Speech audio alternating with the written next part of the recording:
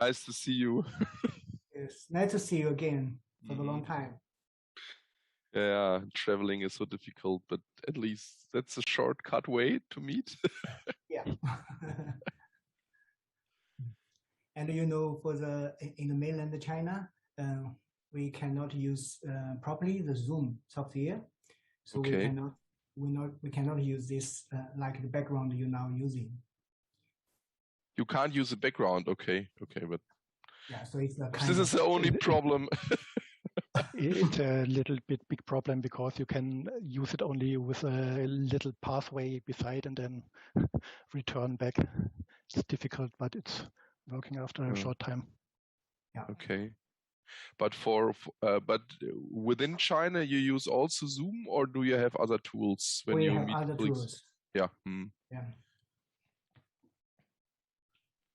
Yeah. Internationally, I don't know whether this is now a kind of standard, but I had a day. I think that was last week. I participated in 3 meetings, and we had 3 different tools. And you need to adjust your microphone again and again because they all work a bit different.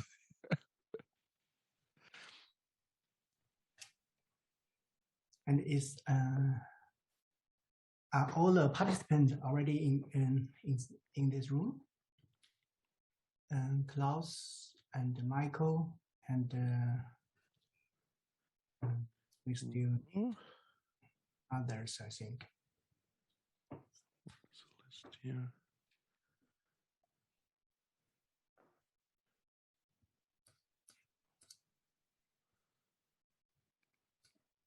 Michael is also Franz. I've seen Franz in the larger room, but he's not here yet.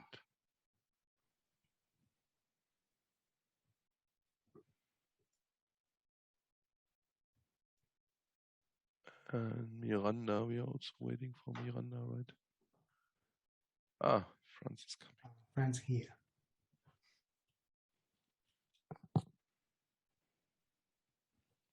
Hello. Professor, do you know already Miranda before?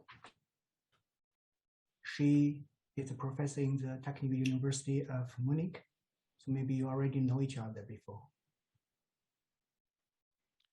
You mean me? we supervised the master thesis together, but we have never met at this time. Aha, okay.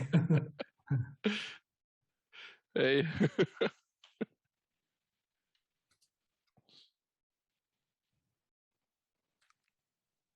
Yes, hello, Professor Miranda. Yes. Lars. Yeah. Hello, everyone. Very nice to see you here.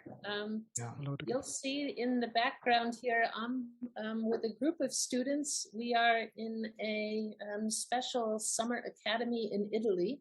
So my students are also going to be listening into the discussion today, and I hope that's okay. It's our pleasure to have them participate in this session. Recording in progress.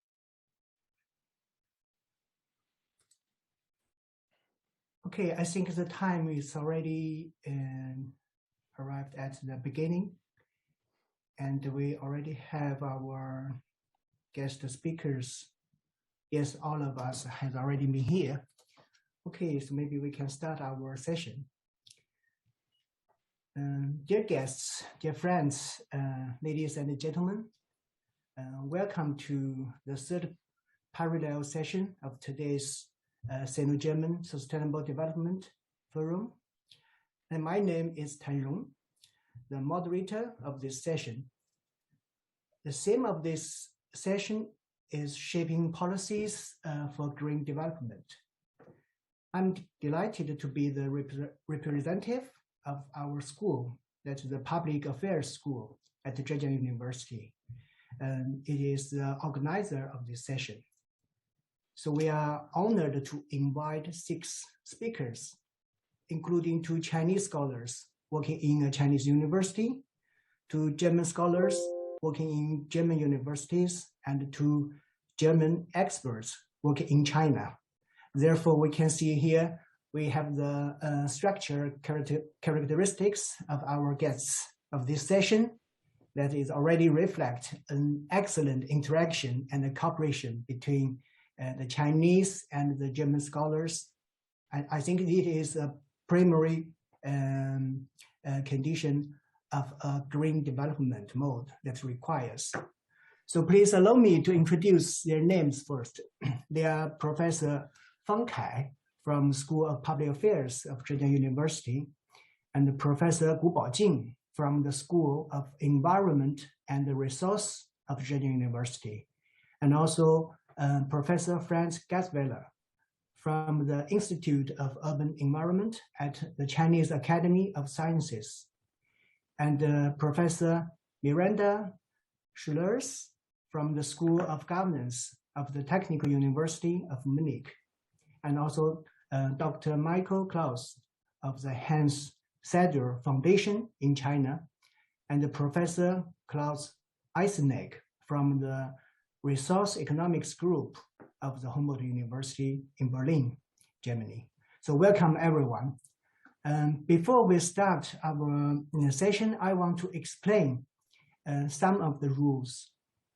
Because we have a totally 2 hours and 6 speakers, therefore each speech should be controlled within, I can see 15 to 18 minutes.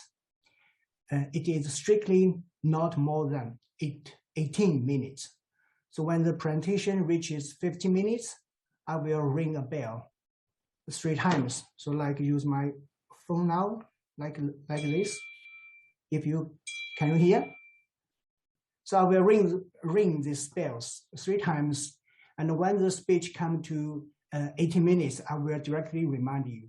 So in this way, I expected that we can have left 12 to 15 minutes to sum up the session and have some discussion among us.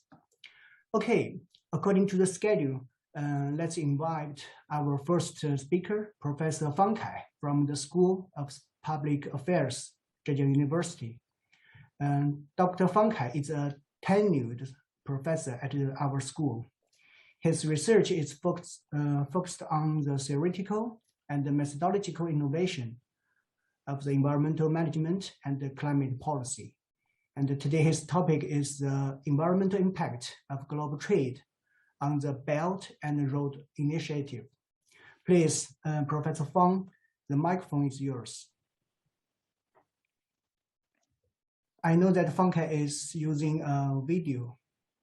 Yeah. Good afternoon, everyone. I'm Kai Fang from Zhejiang University. First of all, I would like to thank Professor Tan for his invitation to the session, Shaping Policies for Green Development. This is also what my presentation aims to contribute. I'd like to draw your attention to the environmental impacts of global trade on the Belt and Road Initiative. As we all know, the BRI was proposed by Chinese government in 2013. Initially, it covered 65 countries, accounting for around 2/3 of the global population and 1/3 of the global GDP. Today, more than 100 countries have signed cooperation documents with China.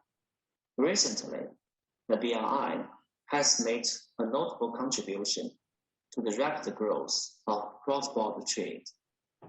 It also plays an important role in achieving the Sustainable Development Goals approved by all the member states of the United Nations. As green development has gradually become a common goal pursued by all countries, the construction of the Green BRI has become very important. In 2016, China held a symposium to promote the Belt and Road construction.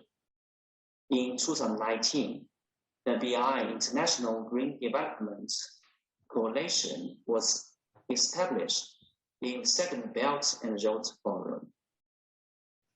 The rapid economic growth is normally accompanied by unexpected burden shifting of resource extractions and environmental emissions to less developed countries. Previous research into BRI mainly focuses on geopolitics, international relations, foreign investment, social development, but paid little attention to environmental challenges. Although some studies have conceptually discussed the environmental challenges faced by BRI, few did define the environmental responsibility of different nations from consumption-based perspective. Moreover, recent research on trade-related impacts only focuses on a specific environmental footprint of the BRI. This narrow focus on a single environmental issue is likely to create blind spots where burden shifts may occur. To sum up, there are three problems in the current research: insufficient focus on the environmental challenges, lack of analysis from the consumption perspective, and narrow focus on a single environmental footprint. To solve these issues, our study aims to provide an overall picture of the BRI's environmental footprints and their international trade embodiments. Before I introduce our study in detail, let's have a look at some key concepts, such as the production-based and consumption-based accounts. Now, many young people are very concerned about the recent Apple Autumn Conference. So let's take iPhone X as an example. As an iPhone made in China and exported to the United States will generate around 70 kilograms of carbon dioxide emissions. So who should be responsible for these emissions? In China or the USA? Generally speaking, we call it production-based if China is responsible for the emissions. And on the contrary, it is consumption-based if the USA is responsible. In our research, such a consumption-based accounting is employed. The consumption of the environmental footprint is also very important. During past few decades, footprints such as water footprint, carbon footprint, and material footprint have attracted popularity as a valuable tool for measuring trade-related environmental impacts. But studies focused on individual footprints are not able to capture the full complexity of trade-related environmental impacts. So we consider the footprint family as an important step towards measuring various environmental impacts and avoiding burden shifting. Now, I'd like to introduce the environmental footprints, how to calculate it. The method is called Global Multi-Regional Input-Output Analysis. Recent progress in MI model represents a sophisticated way to create a globally consistent quantity of environmental footprints from consumption-based perspective. Such a perspective can be even extended to socio-economic dimensions of sustainability to show trade-related inequality and social responsibility. We see that BRI's total and per capita footprints show reverse patterns of its spatial distribution. China, India, and Russia always have the highest values.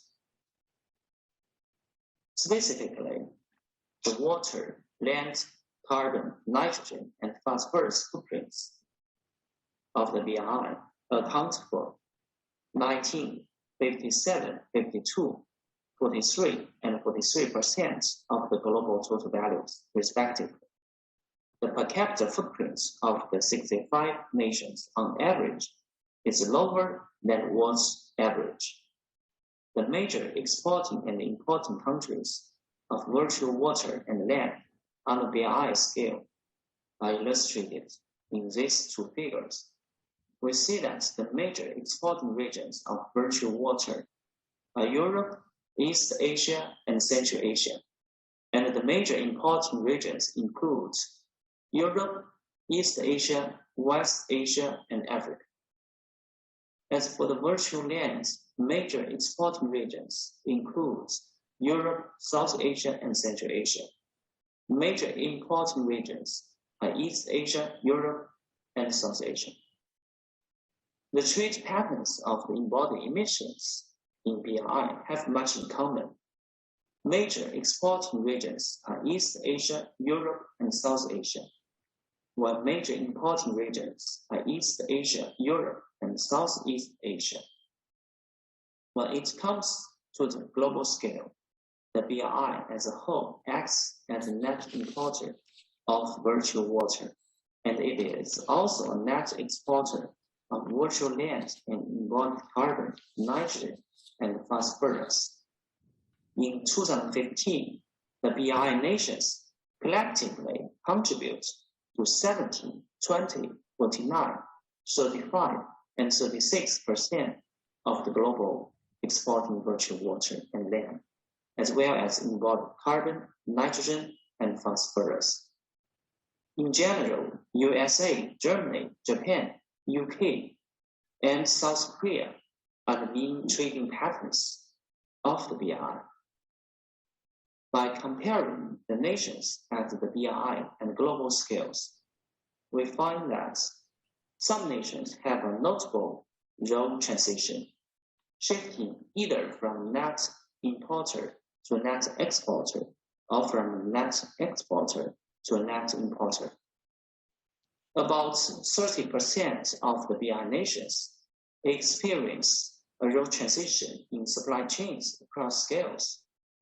Europe, West Asia, and Africa are the regions with the most role transition nations. By exploring the environmental footprints of the whole BRI at the spectral level, the largest water, land, nitrogen, and phosphorus footprints are found in the agricultural sector, whose shares range from 46 to 55%. The largest carbon footprint is found in the construction sector, accounting for 19%. The following figures show the hot sectors in nations with high total environmental footprints. By mapping the exports and imports of trade embodiments on heat map, our study further reveals that agriculture, food, electrical, and machinery in China need particular attention. As for the results, we must formulate common but differentiated policies to reduce our environmental footprint to a sustainable level. Relatively development countries with a high total footprint should actively improve resource efficiency and emission treatment. For example, water-scarce countries with high water footprints, such as Iran, Turkey, Egypt, and prioritize policies to improve water efficiency. As carbon footprint is dominated by energy-related emissions, emerging economies like China, India, and Russia should consider developing renewable energy and clean technologies. Countries with a high per capita footprint have the responsibility to change their lifestyles and optimize dietary habits to minimize their personal environmental footprints. Countries with high per capita water, land, and carbon footprints need to adopt consumption policies to transition from resource-intensive production to cleaner production. More attention should be paid to the dietary changes and healthy nutrition for countries with high per capita nitrogen and phosphorus footprints. For example, countries with meat-intensive diets can encourage less meat and plant-based diets, introducing related nitrogen and phosphorus emissions. Moreover, we also offer policymakers a better understanding of the complexity of the equity principle and making responsibility sharing policies. Countries who act as net exporters of trade in body flows should pay special attention to avoid using more than their fair shares of planetary boundaries. I mean, we should formulate policies to promote enterprises and individuals to reduce resource consumption and environmental emissions. We should also promote green development through institutional innovation and technology innovation, such as resource conservation, ecological economy, industrial quality, and green consumption.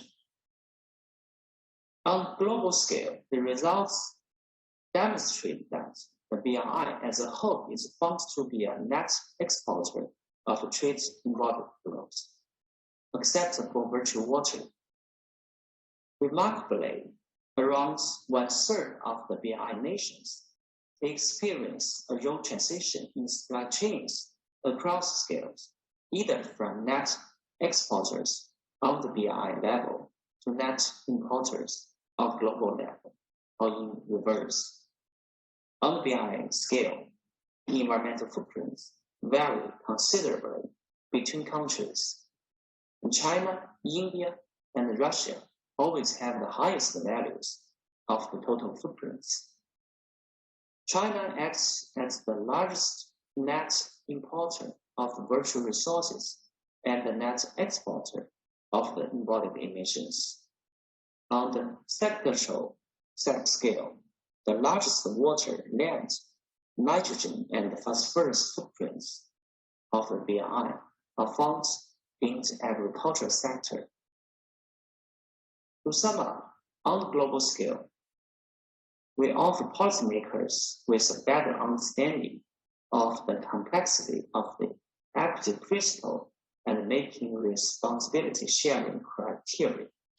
We suggest consumption-based accounting and in-depth discussion at multiple scales are very important for tackling environmental challenges. On the BRI scale, this analysis enables a systematic representation of the spatial distribution of BRI's environmental footprints and their international trade embodiments along the supply chains. On the sectoral scale, this paper provides useful information for jointly coping with diverse environmental issues through international cooperation, trade, restructuring, and technical improvements. This is my presentation. Thank you very much for your time and attention. Okay, thank you, Professor Fang Kai. A fascinating study.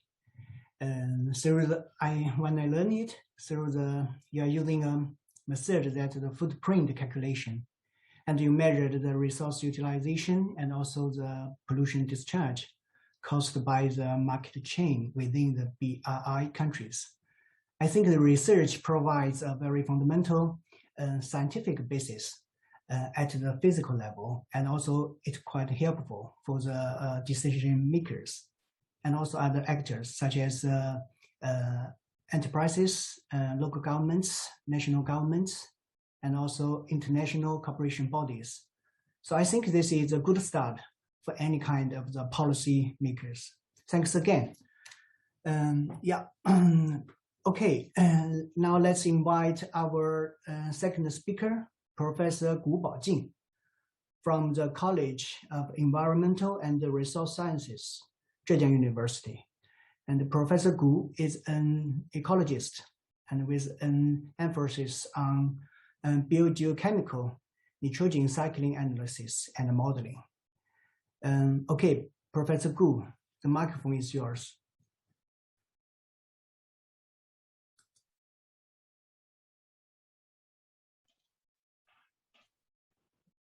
Okay.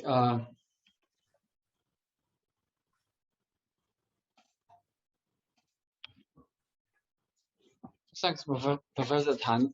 Today I will share with you how we managing nitrogen for sustainable development. The background is we know that Haber-Bosch nitrogen developed initiated in Germany actually to feed half of global population. Without this innovation, the global population is only can feed half on current size. And meanwhile, the nitrogen loss to the environment also exceeded the safe planetary boundary, leading to many negative impacts on the environment and the climate. So it's a global challenge that the sustainable development goals are all related to nitrogen use and the nitrogen loss. Currently, we have already proposed that we need to halve global nitrogen waste to achieve the global sustainable development goals. And that means we need to maintain food security and meanwhile the environmental protection. And through managing nitrogen is the key. If we look from the China side, China have a non-global croplands, but it feeds 18% of the global population. But we use about a third percentage of global nitrogen fertilizer and also feed half of global pigs on China's land.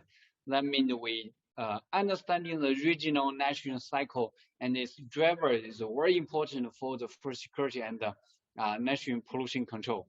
China currently is a hotspot of global nitrogen pollution, and the loss of nitrogen to the environment have leading to water pollution, air pollution, greenhouse gas emission, and also biodiversity loss. And we have also the soil acidification. And it's complex for nitrogen cycle on global scale since one molecular reaction nitrogen loss to the environment can cascade in the environment, leading to air pollution, biodiversity loss, and then to acidification, to eutrophication, global warming, and finally to ozone depletion. So we have key scientific questions. What is the drivers and how we regulate regional nitrogen cycle to meet the food demand, also reduce the environmental pollution and also climate change.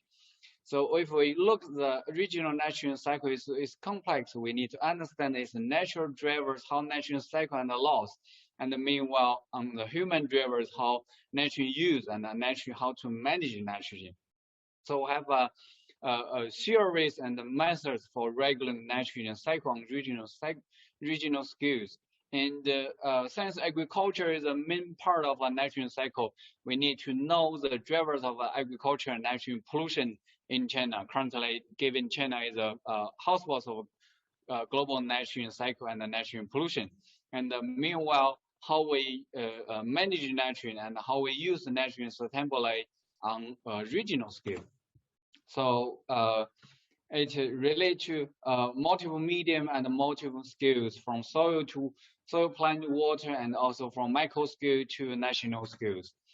What we use, we build a chance model, and we integrated monitoring from remote sensing and also investigation to understand the nitrogen use and the nitrogen loss, to see the driving forces and also cost benefit.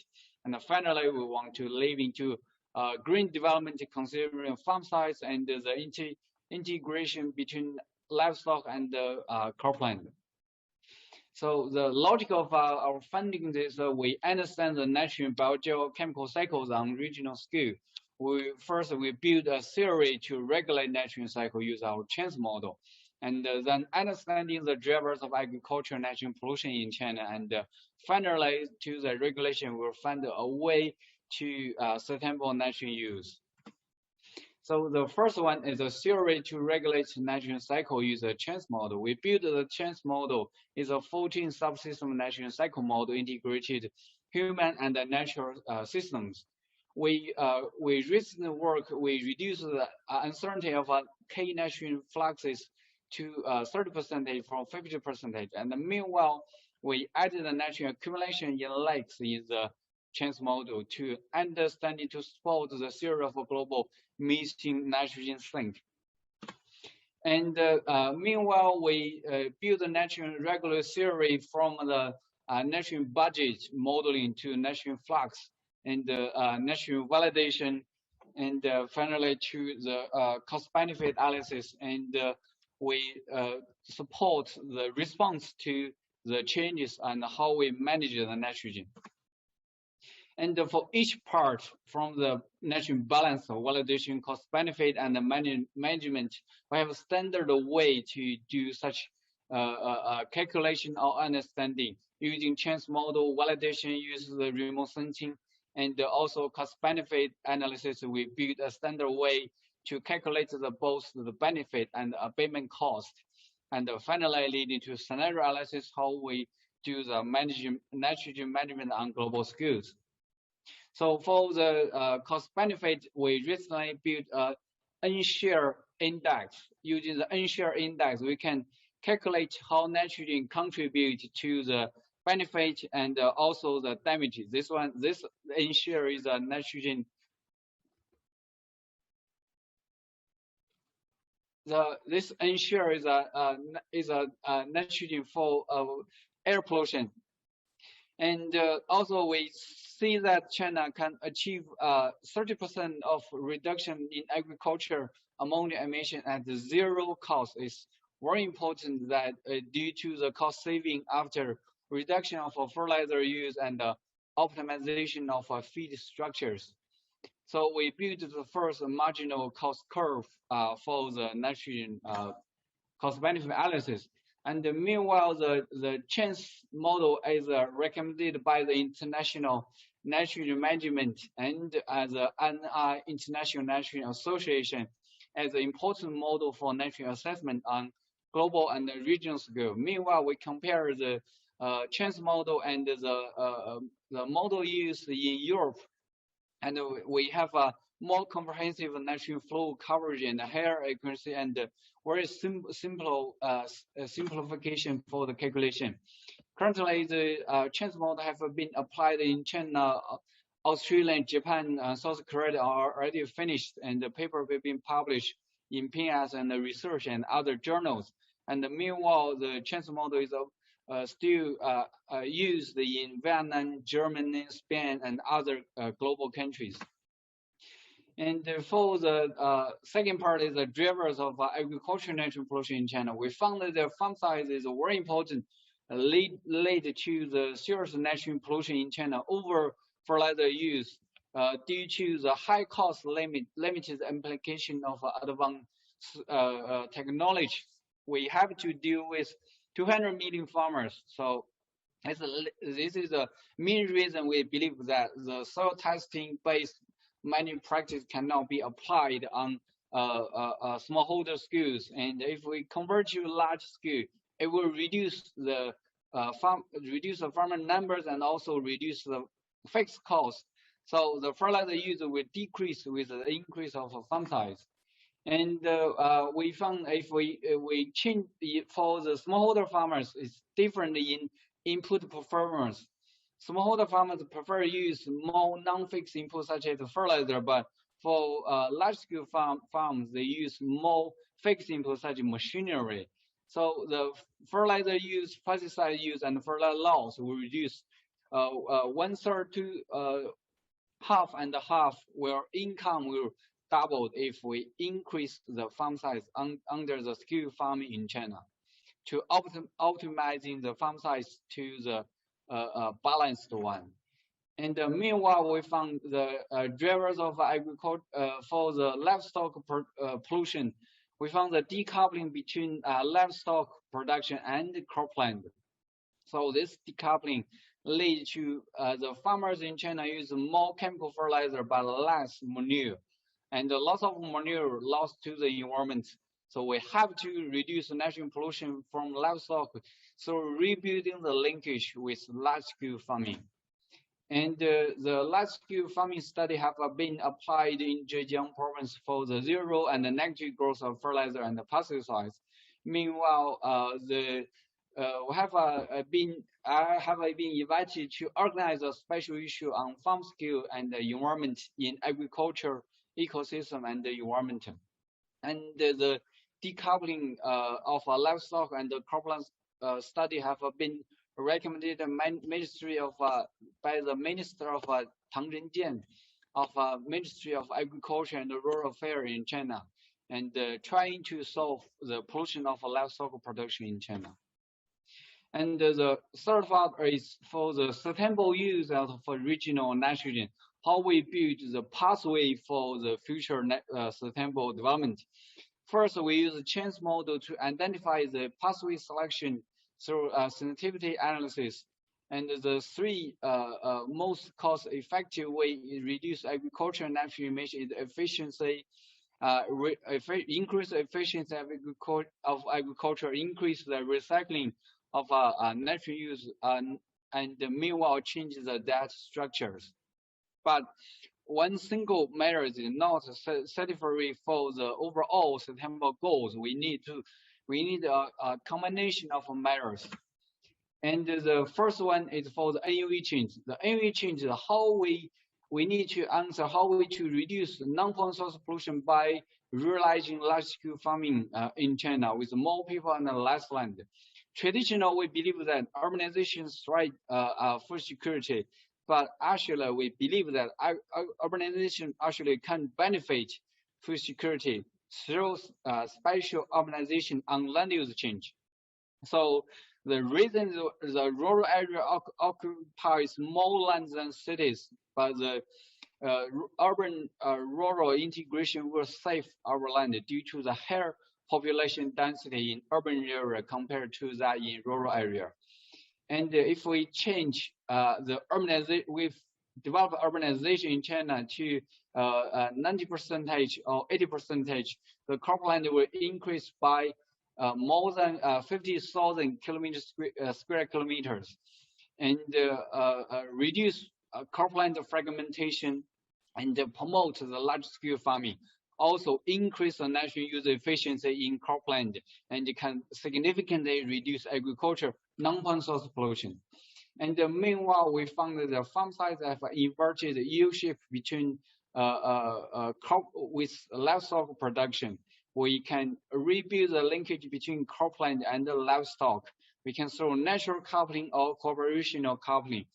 So with this rebuild the linkage between cropland and the livestock, and all we call land-based livestock production will reduce the loss waste of manure by 1/3.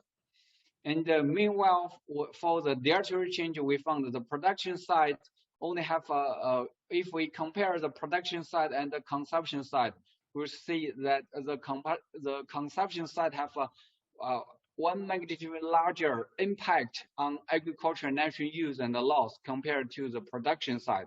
We have to integrate both the production side and the consumption side for the future green development.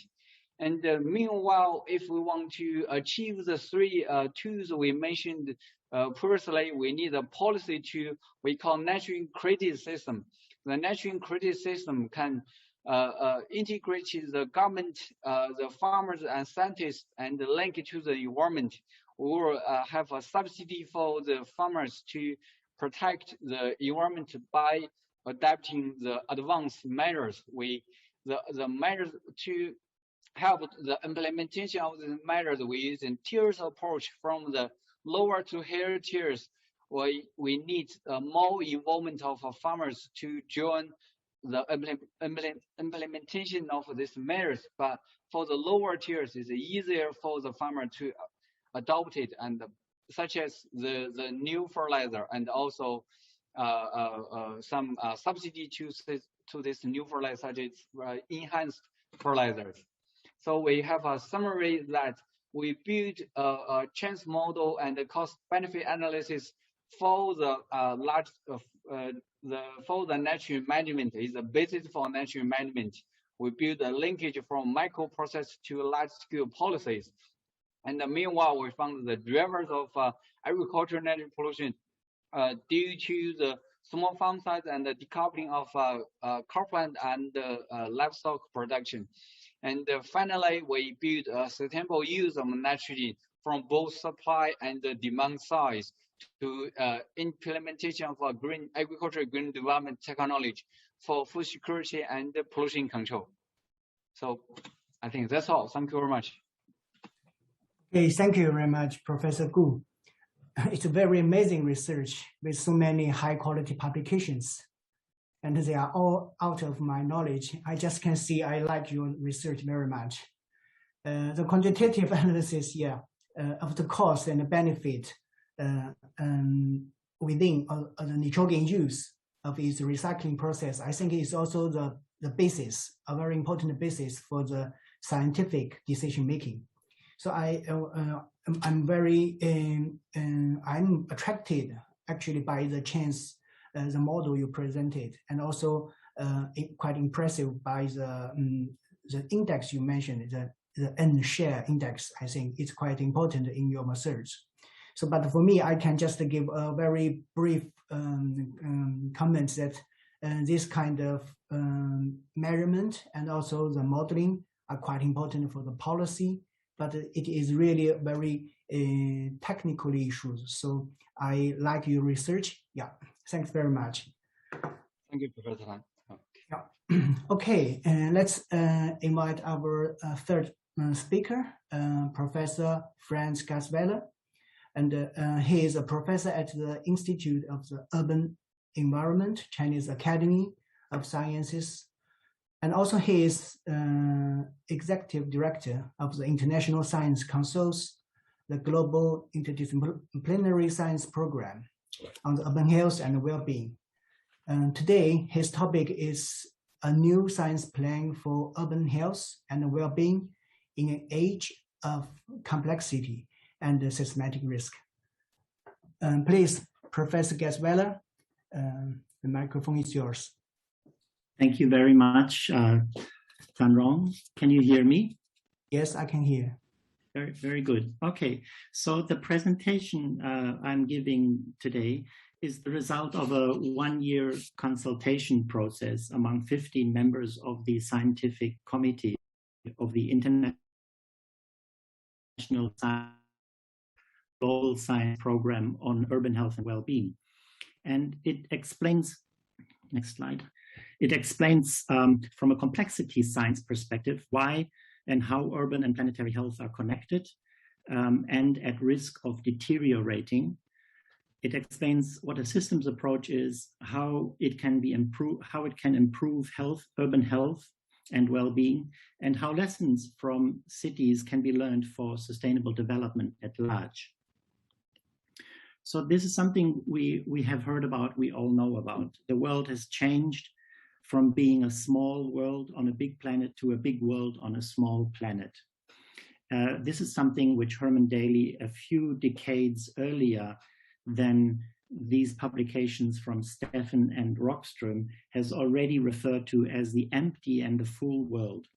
And that is mainly due to population growth and energy consumption, pollution and so on, but also because of improved social and economic interconnectivity, which triggers network effects and exponential growth. And in that world, cities are at the forefront for causing and also solving the crisis of sustainability, because they are nodal points in an emerging global network of increasing complexity. And all of the most recent global assessment reports are confirming our planetary health conditions. We're not in a good shape. There is a broad consensus among scientists that our current development path is unsustainable and that we are not doing very well in achieving the sustainable development goals. This is maybe surprising because we have known about the crisis of sustainability at least for 3 decades. Let's say at least since the UN Rio conference in 1992, which recognized that urban growth, among others, urban growth is outpacing society's capacity to meet human needs. And that diagnosis is at the core of the current crisis when looked from a systems perspective, and the need for a profound institutional and structural change. Now, the necessity of making these structural changes is increasingly recognized in urban health. And urban health is about the health of people in cities and healthy urban environments. And emerging public health practices are recognizing the complexity of urban health by addressing upstream root causes of ill health. You can see that on the left side of this, this diagram, this illustration, and also at aiming at prevention instead of treatment, but also by looking at social and environmental determinants of health and trying to apply systems methods to reveal the connections between health and the environment. Now, if we place urban health into a bigger picture of evolving complexity, an interesting dynamic becomes evident, which helps us understand the previous diagnosis that urban growth is outpacing society's capacity to meet human needs.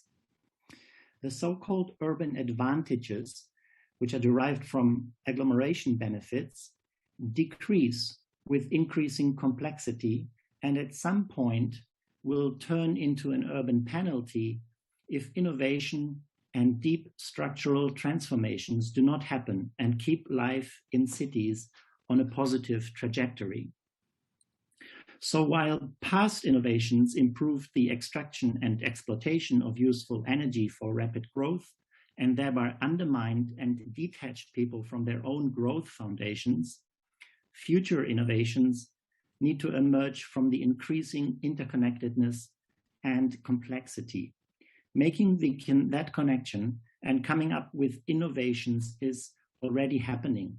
And it happens in cities foremost, which are the new neural hubs of planet Earth, where due to these network effects, the level of innovation and creativity is really the highest. Now, making those connections is facilitated by taking a systems approach. And in its core, a systems approach, the coordinated complexity or variety in social systems, which is at least as complex as the physical and economic systems which are to be governed. And some of you might have recognized in this the Ashby's law of requisite variety, which is behind that thought. So people need to catch up with their capacity to govern the complexity they have created and develop forms of systems intelligence. And one example of doing so is the shaman call to action, which we elaborated and published already in 2019.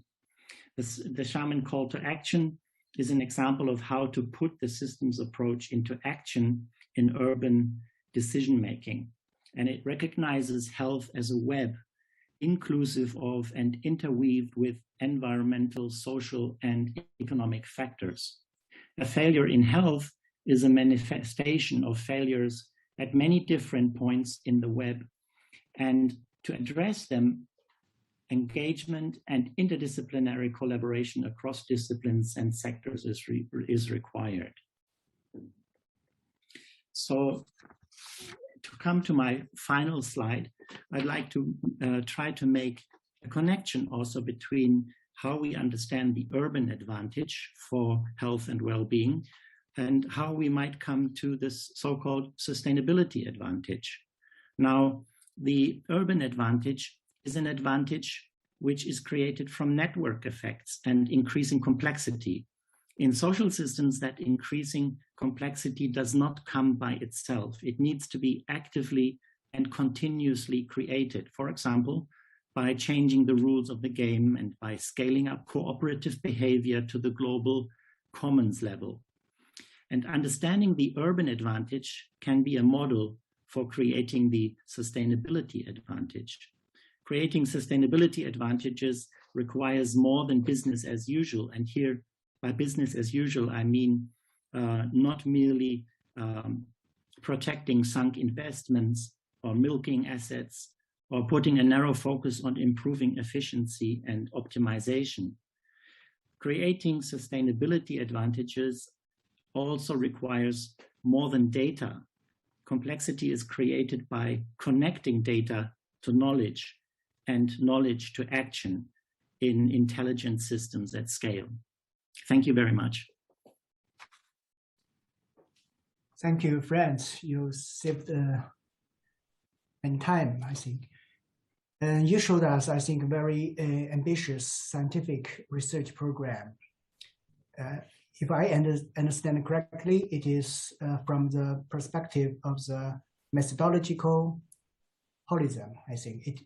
I think this kind of perspective is quite necessary if we want to deal with the challenges from the, let's say, the urbanization, the resource scarcity, and also the climate change.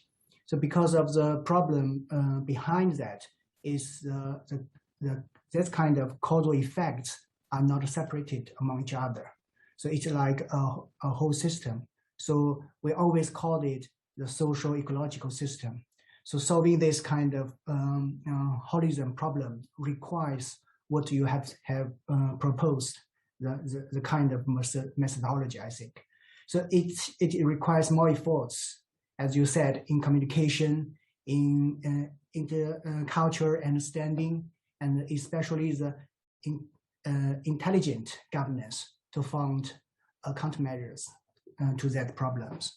So thanks again for these wonderful presentations.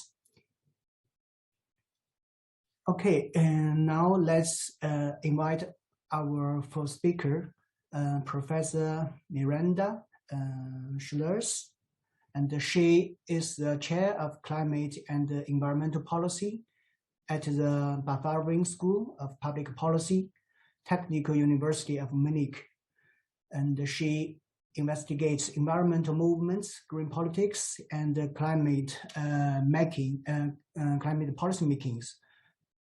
And today, her topic is the Sino-German climate policy and the potential for great cooperation. Okay, please, Professor Schlers, the microphone is yours.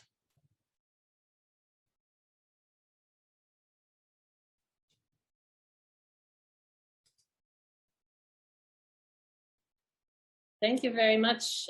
It's a real pleasure to be here, and I appreciate that we have opportunities here for exchange across many disciplines.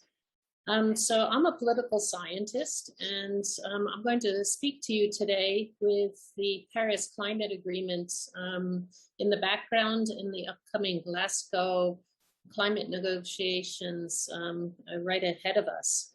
And I'd like to speak a little bit about what we are seeing in terms of the developments globally around the Paris Climate Agreement, but also some of the big gaps. And China, and in this case, we'll speak of Germany and the European Union together, because German climate policy is very much a component of the European approach to dealing with climate change. So just as a reminder to everybody, the Paris Climate Agreement was established in 2015 among almost all countries in the world, and had two very important goals. One is to try to keep climate change to well below 2 degrees centigrade, and the other is to strive for 1.5 degrees centigrade.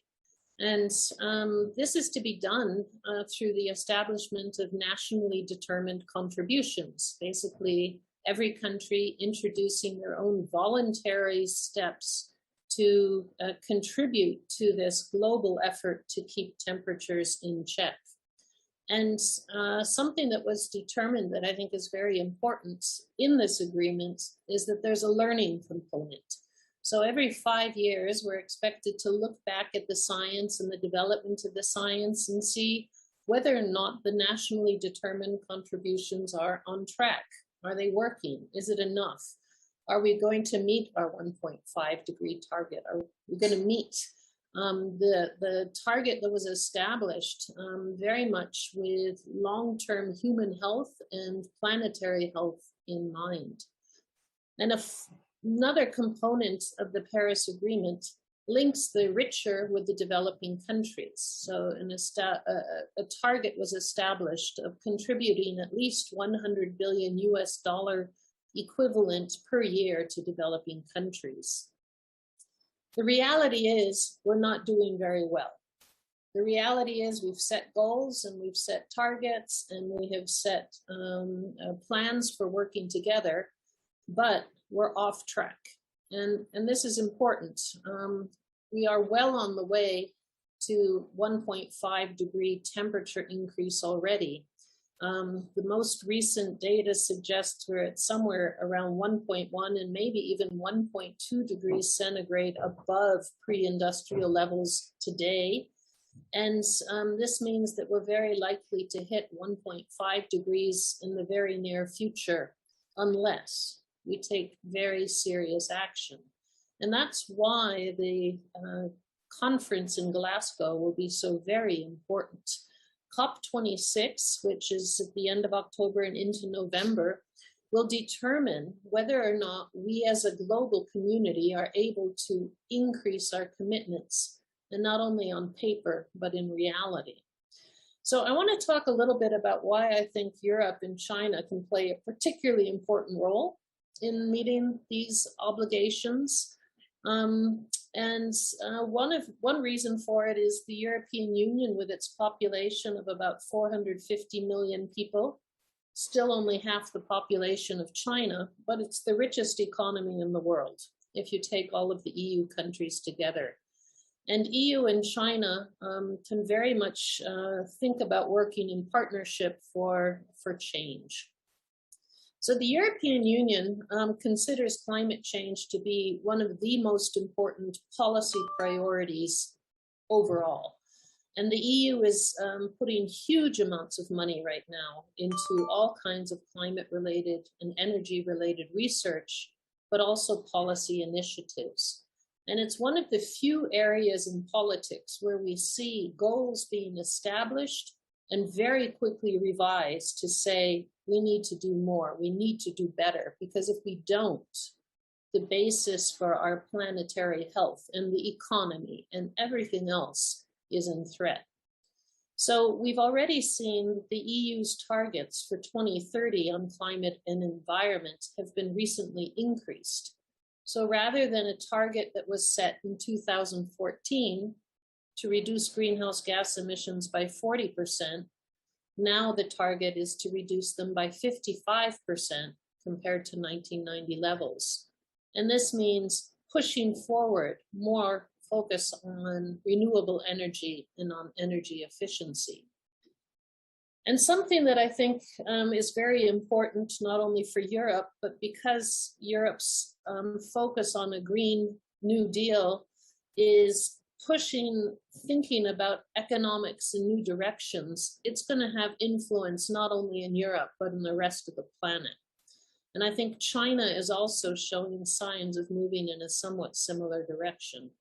So Europe has recently established a target for climate neutrality by 2050, a circular economy, which basically will mean that we no longer have waste in the system, but you are recycling everything and using them in products in such a way that products can easily be recycled. We're going to rethink how we do urban development, because buildings will need to be built in such a way that they are basically passive buildings, and old buildings will need to be renovated. This is a challenge that will also very much impact China and could be an area where we work together much more seriously.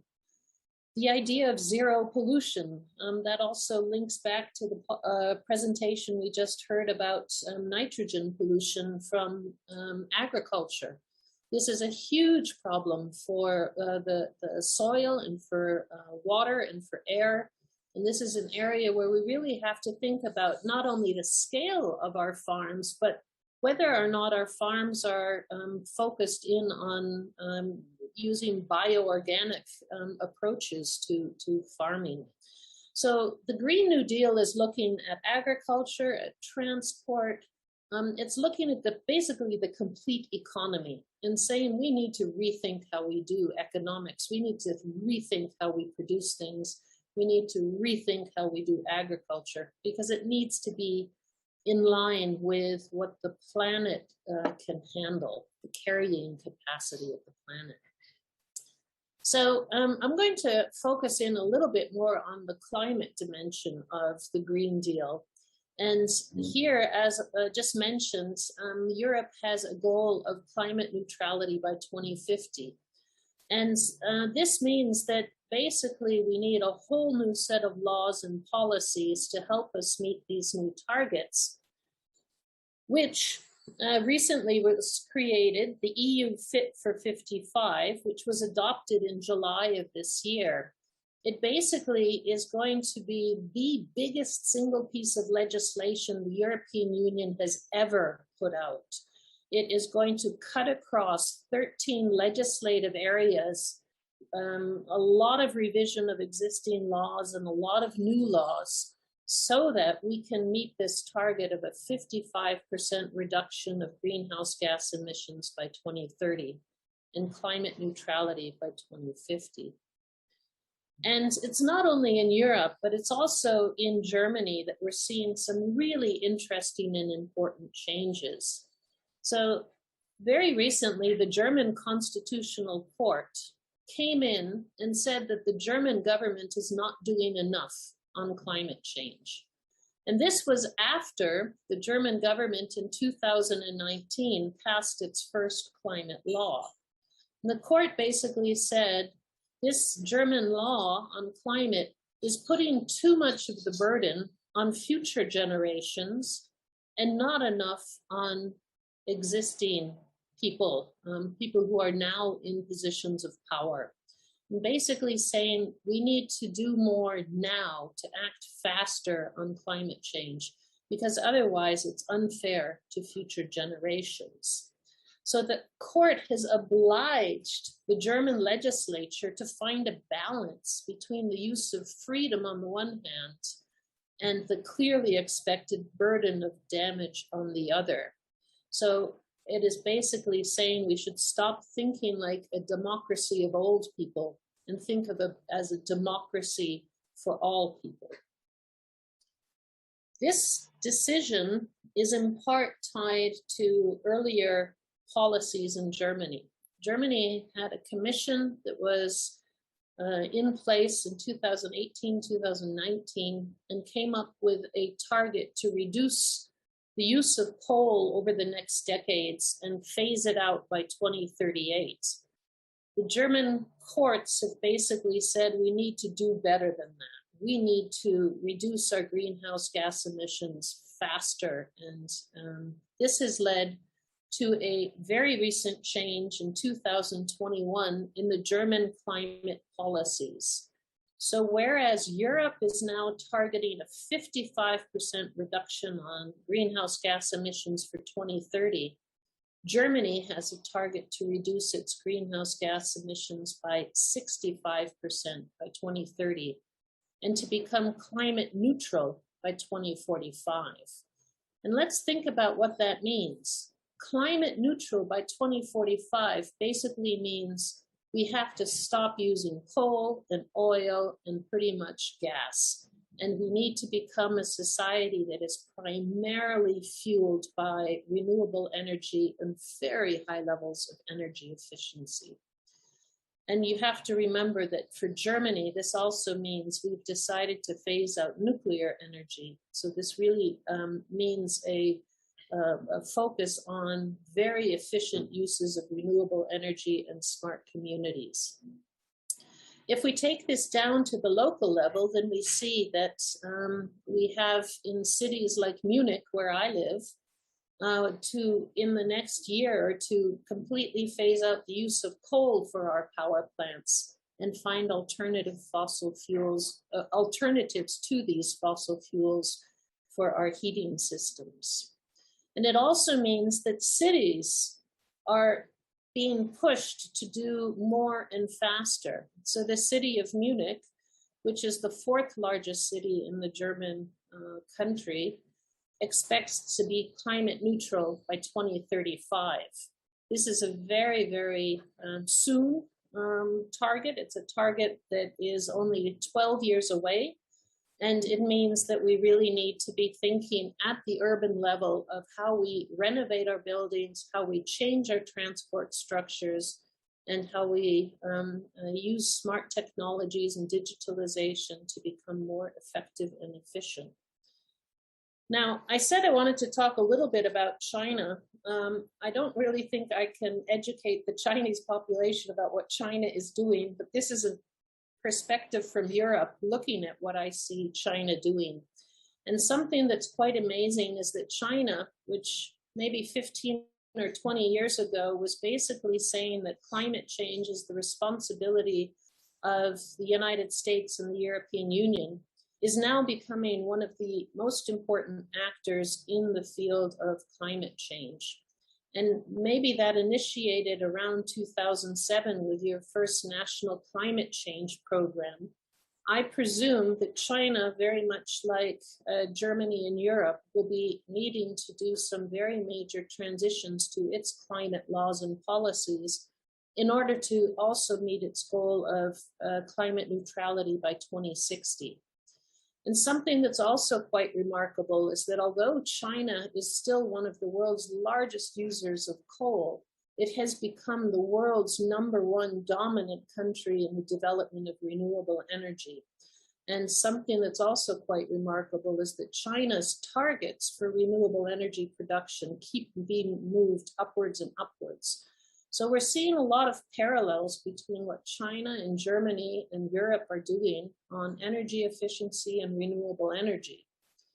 That President Xi Jinping has called for the development of an ecological civilization, the fight against air pollution, the introduction of an emissions trading system, and the contributions of China to the nationally determined contributions with plans to peak carbon emissions by around 2030, and the more recent announcements of climate neutrality by 2060 suggest that there are a lot of areas where China and Europe can share ideas about how to reach these goals. And we see already developments that might be next step developments. China has been looking into carbon pricing at the local level. This is something we also see going on in Germany and in Europe. The idea of introducing a carbon tax, the idea of putting a price on carbon so that the carbon that is embedded in products is actually also being taken into consideration. As mentioned before, China has become a world leader in most areas of renewable energy, an area that both countries will be doing much more of in the years ahead will be offshore wind developments, geothermal development, and interconnectivity. These too are areas where I think there's a lot of room for cooperation.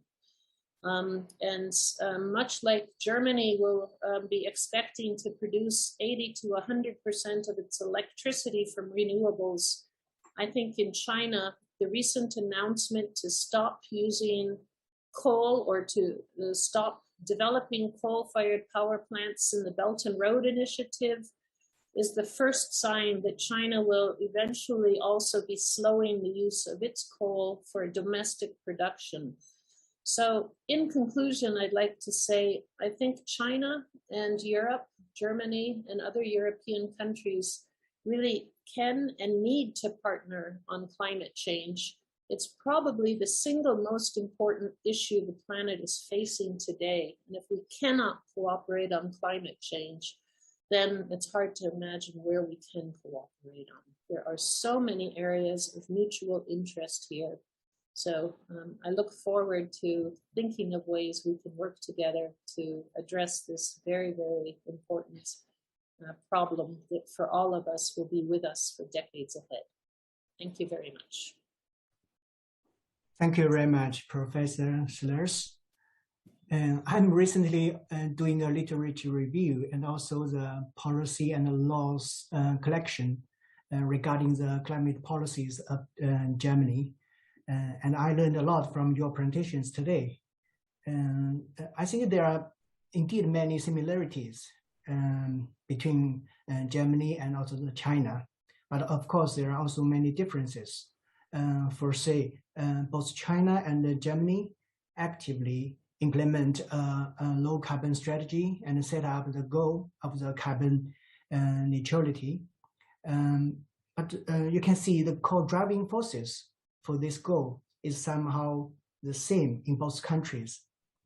I mean, there are some quarters or some control from the top to the bottom in the system, as Europe to Germany, and as a top-down system in China itself.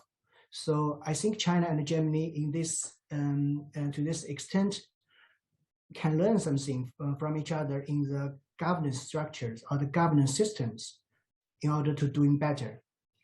But of course, there are also differences between the two countries, as we know that there are different stages of the economic and also the social development.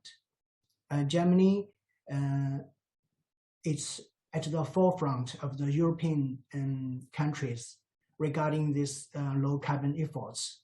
And also we know the European Union is already at the forefront of the world. But China is still a developing country. And under the premise of meeting the high quality development, there are many initiatives that China is already doing, but there should be something else. And there are many fields that can learn from the German experiments, especially that the institutional design and also the governance structures. For say, the carbon market that has just started recently in China. I think in the future, this kind of area and this kind of policy design are the potential cooperation between the two sides and also was to be exploring. So this is what my opinion and also my remarks. Thanks again for your presentations. Thank you. Okay, now let's invite our fifth speaker, Dr. Michael Klaus. Dr. Klaus is the chief representative of the Hans Sajel Foundation in China since 2012, and he has a rich experience in conducting integrated development pilot projects and also consultancy for the administration in China. And today his topic is sustainable development of rural areas and the SDGs. It's a frame conditions for policies for green development. Please, Dr. Klaus, the microphone is yours.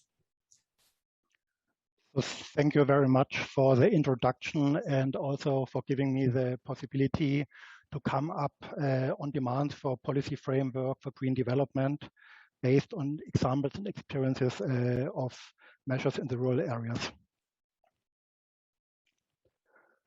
The Communist Party of China incorporated in 2012 the construction of ecological civilization into their development plans. And within the 19th Congress, President Xi pointed out that China needs to take a leading role in the international cooperation to respond to climate change. And he is searching international cooperation. That's one of the demands. And in the next step, fighting of pollution is targeted as one of the 3 tough targets to come up to a moderate, prosperous society. And very important, I think, is also the acknowledgement that lucid water and lush mountains are invaluable assets. And with us fixing this in the CPC constitution, it shows that it's a very important topic to take care environment and altogether also for the environmental change. Professor Cao and others, they contributed all the elements that contribute to the China's green development. So it's divided into goals, key tasks, and key mechanisms. I want to focus on some of them. So I think we need to come up to government roles. The government has to come to an enabler and activator. We have to have the institutional innovation. So what can be broader context of task about responsibilities and corporations? We need to think about technical innovations. Must it only be very new technique, or can we have adapted methods and combined techniques in a broad field to gain some efforts? And also increase national wealth and enhance people's well-being. And I think this also has to focus on rural areas and general protection of environment, and to fight hazards and effects that arise from climate change. We see it all recently in countries, China and Germany, in the last month and also in the last years. And one of the key mechanisms for sure is improving the legislation. Improving the legislation means that the laws should broaden context and cooperation of agencies, and also to fix broader goals within law targets. And before I said already, as a key mechanism, green technical innovation, that's one part, but we should not take out of consideration the whole small measures that will be done step by step. China is leading in the publication of green development, and I got here analysis of Professor Zhang from the last year that's contributing and collecting all the terms that have been mentioned in the publications according to their appearing. And the focus or the term rural areas from my side is missing there, and it must be addressed special, because a lot of those terms mentioned here have roots and effects in the rural areas, which mostly take a long part and huge part of the country in every country. It was mentioned before already that the SDGs have been taken an important role in changing the attitudes. So already before there was the network of the green development of China, in 2014, the SDGs had been added. And so these sustainable development goals underline also the need for the green development. And with the acknowledgement of the SDGs, it's also clear that countries have to each others. They need to support each other, and that's why we are working together, and that's why our experiences also can gain to different aspects. Throughout the development in Germany and also in Europe, according to climate change and environmental protection, we need to come up with a new rural development paradigm. So in the first line here, you can see the old approach leading to the new approach. Very important from my point of view, and this was outlined also from Professor Gatzweiler, there must be a linkage of city and rural development. They need to come together to use the potential of innovation, but also the huge amount of potential to take measures in the rural areas to compete climate change and minimize effects also for the cities. The second one is we don't have to focus more on the single-phased goals of some measures. So we need to have a multi-sector approach. Approach brings me to the new keyword. The main approach before was only, for example, agricultural or water protection or retention. But I think we have to come to context-based measures, for example, guided from the goal of climate change, and we have to subordinate the single measures under this. And last not least, we have to come from actor-dominated approaches to a multi-stakeholder and participatory process to make clear that we can get a broad acknowledgement of society for the measures and the understanding for some, let me say, restrictions, or also to see the possible outcomes for the future. And also subsidies have to be minimized, and we have to come over to investments more and more. Let me come now to my examples. We see here a picture or two pictures of the impact of climate change within small towns of Germany and also in the rural area. But I think we can exchange the pictures from our countries, will be the same effects. But when we look on the detail, all the effects, they damage infrastructure and they have impact on the livelihoods. And this also has impact on the development of the state, because more and more money has to be used for the repairing of the things instead of bringing it back or investing in the new ways or new techniques or new approaches to come to new solutions for competing climate change and environmental protection. It's undoubtedly that most of the things are human-made. I have here a cadastral map of the project area that we see later. So you see a lot of water lines that have following their natural flow. We have green parts and we have swamps which had been dried. And I think all those measures had been leading to effects that we have now a high runoff of water in the countryside, going to the small rivers, to the major rivers, and then at the end in the delta or other areas, bringing severe floods and also impacting urban areas. So I will focus on an example on the integrated rural development that was bringing together small towns in the countryside and rural municipalities. And the idea was an urban-rural cooperation, because both can benefit from each other and from the measure. The picture I have been showing before, they have been coming from the flood events. They have to be competed in this area. Before I mentioned that we have to come to institutional change, and institutional change means also that we have to bring together different agencies, and we have to think about questions of leading roles and the coordination of processes and consulting of agencies within one process. Here I highlight only for the examples on two stakeholders. One is the Land Consolidation Authority, so taking the lead in the moderating process and contracting authorities and other communes.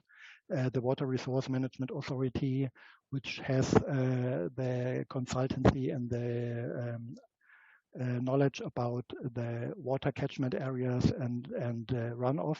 And last not least, the participants, the participation of the citizens and the landowners, which had been affected from these parts.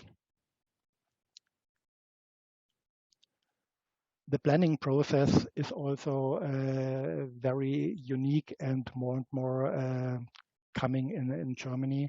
We don't have a top-down planning. We need to have a transparent planning process. What needed that a lot of processes have to be moderated between different agencies, between municipalities, agencies, and between agencies, municipalities, and citizens. And we need really to come up to close cooperation of authorities, and this has to be new. And this is something that can be transferred also to other countries, coordinated planning processes to come up.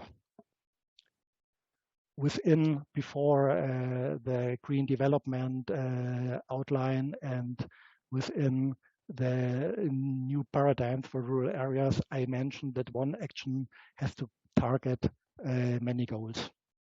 And the action I'm mentioning later, and I show examples, was mainly the flood protection, but it also enhances the water retention areas. It's improving the environmental status of the water. It's avoiding the soil erosion and in totally enhancing the ecological structure of the whole area. This is not one single measure. This measure contributed of a lot of small little measures that in the whole contribute to the target flood protection. We see here some projects about planting measures to minimize the runoff.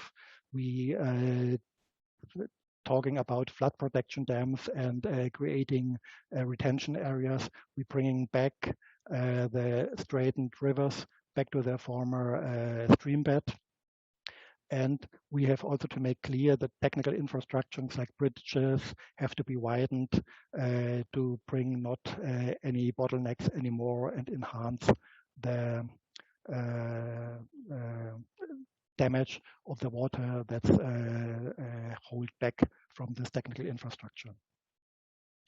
Here, some ideas for the imagination. We have here the river system, small rivers coming into the big river. And we see here during the last, let me say, 100 years, improved infrastructure for the agriculture. We have the straight ditches. They increase the runoff. So what are the main ideas of this project? And this project was carried out as a land consolidation project with different parts. So it was the idea of activation the water retention areas, constructing technical facilities, so ground waves, to slow down the water discharge, to hold it back in rain events, renaturation of the riverbed, and ecological upgrading of the accompanying strips on the riverbed. And to implement an action concept within the municipalities to strengthen the effort.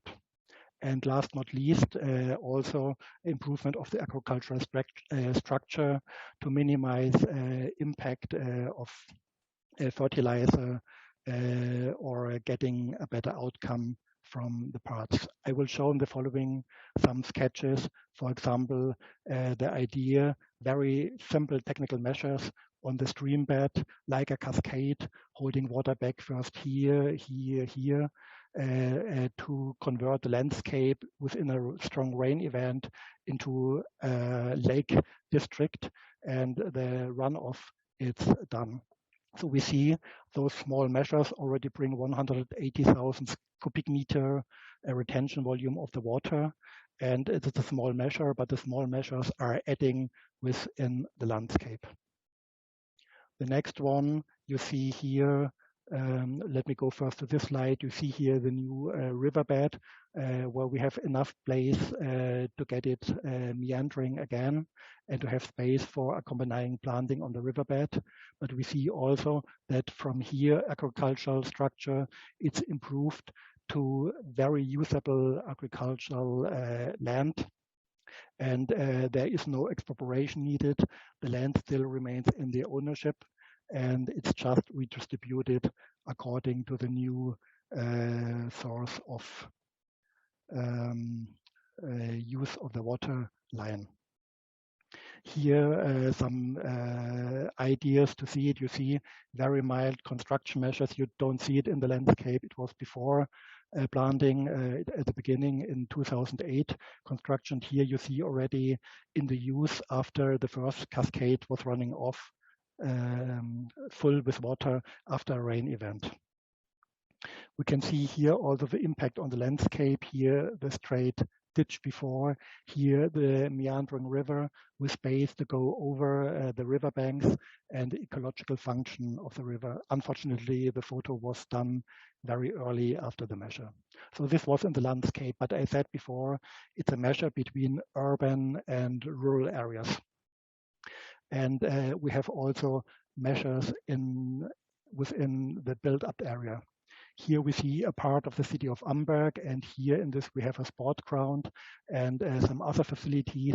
And here hidden behind is the ditch and the stream bed of the river. And it's very clear, it's very narrowed, and with the facilities is running very fast off, and it can be harming the buildings, or it was harming the buildings within the flood events.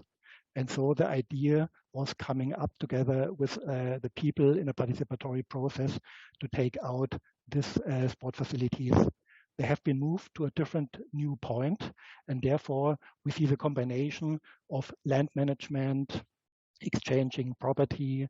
It gives a lot of opportunities to handle with obstructions also within the city in a process without expropriation based on handling processes and based on normal solutions. And we see here the construction, the riverbed is widened to have possibilities to hold the water back in a kind of little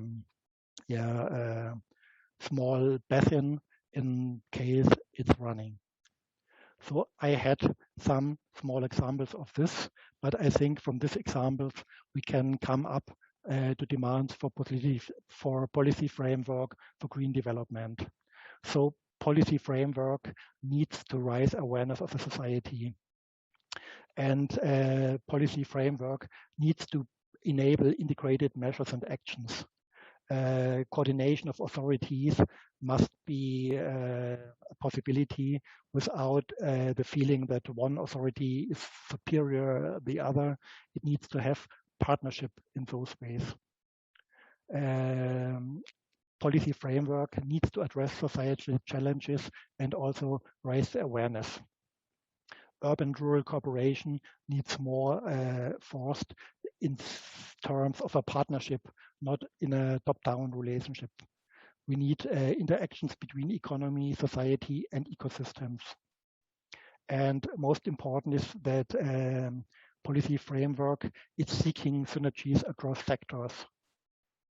Risk identification and risk management beyond the intervention side needs to be evaluated and also needs to have a chance to be detected. In the total, we don't need a balance between impact and recreation measures, but we need in general, again, in biodiversity and ecosystem integrity. And it must be economically viable. We have to set on transparent and empowering governance processes. And we need an equitable balance, trade-off between achievements of primary goals and the continued provision of multiple benefits. And when we bring all the factors together that has been developed already a long time in the green development policies in the SDGs, I think if we combine it, we have the guiding principles to come together to new processes and ideas. I thank you very much, and I'm looking forward to discussion. Thank you. Thank you, Dr. Klaus. And on the one hand, I think your presentation shows the importance of if we want to develop a new mode of development or the ecological restoration, and we should pay attention to the how to making the policies. It's the mood to making the policies. And you show that we need to be careful about the local case, and especially at the bottom-up direction. And in recent years, there is a trend in China that we pay more attention to establish the policy pilot area or to do some policy trails in China instead of purely to make the policy in a top-down direction. So I think this is quite implications from your presentation to our side.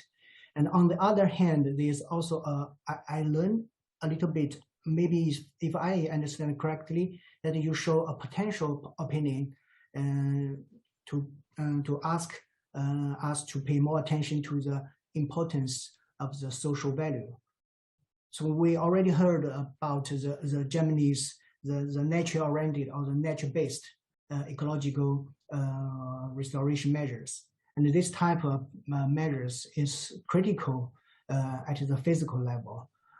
But we know that in China, it is still get the starting phrase that we try to adopt this kind of measures to make our ecological compensation or ecological restoration.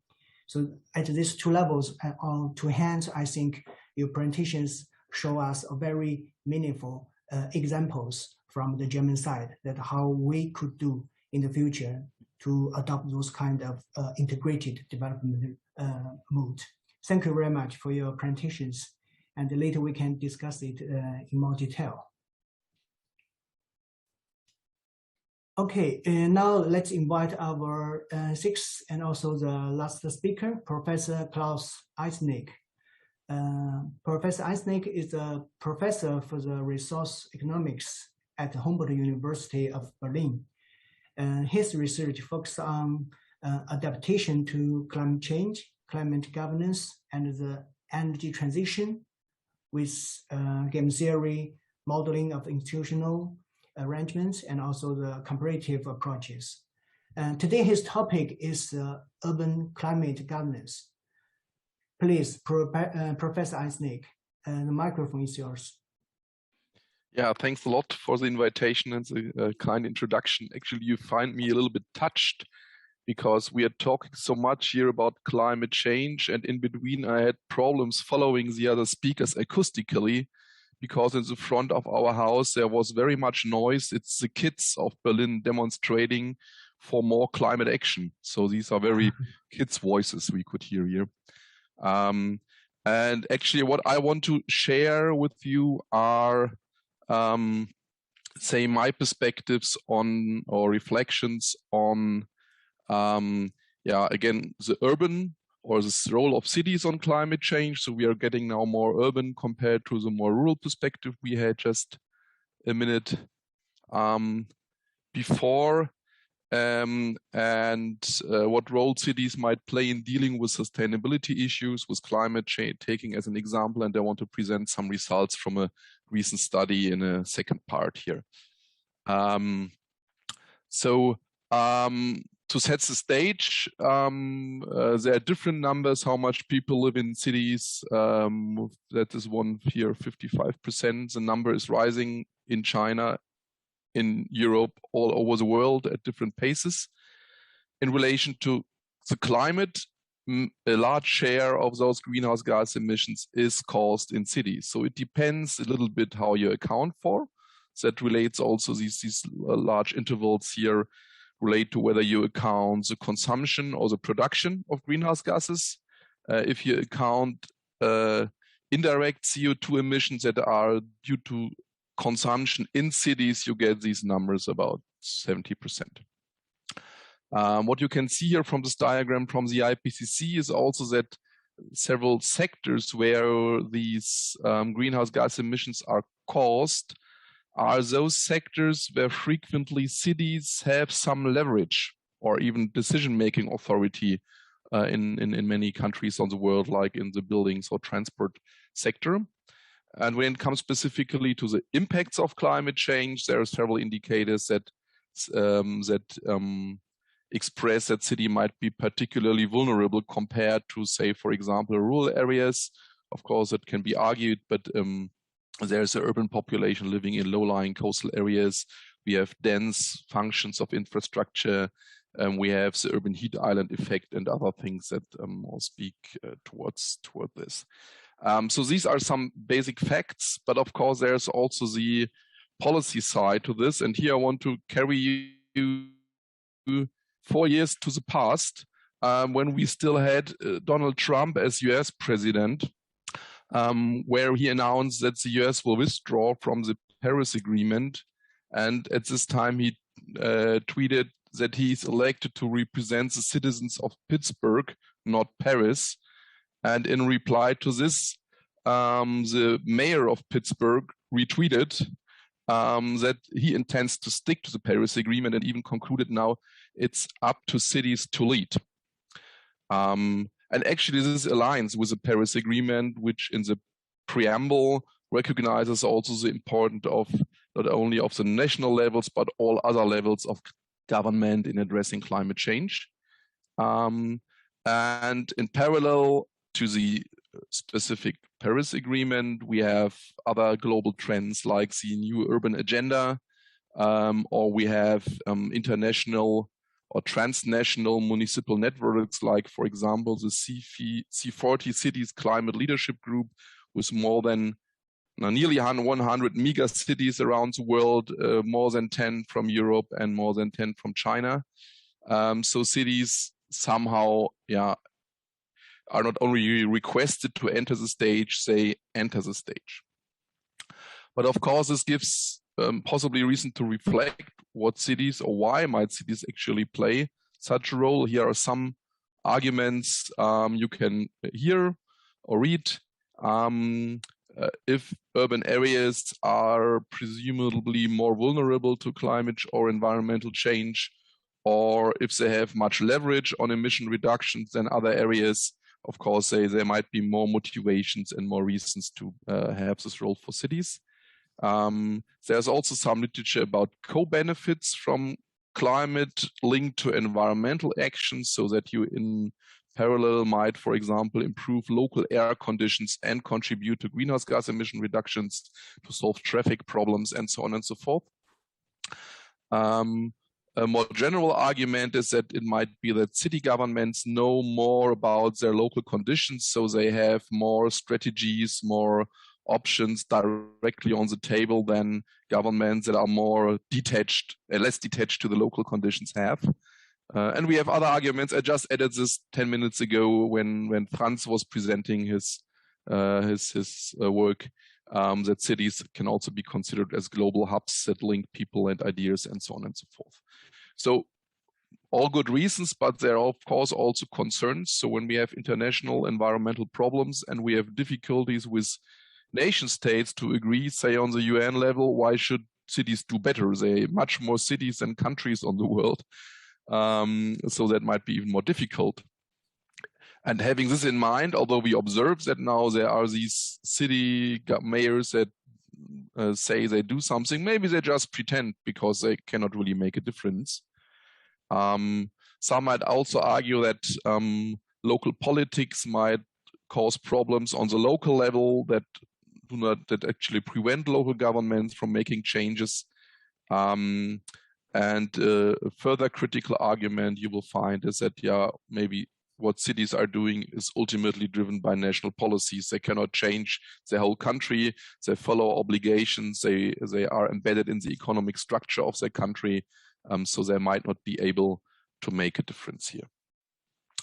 But these are just speculations. On the other side, we already have a rich empirical literature that assesses some of those arguments for different samples of cities around the world from particular countries from a global perspective and so forth and so on. There are now some studies that show that cities indeed begin reducing their emissions. Not all of them, of course, but those studies are still not perfect, and that is mainly because due to data gaps, it's difficult to measure still the emissions, the greenhouse gas emissions from cities. There are other things you can measure better, that is whether cities develop plans to deal with climate change.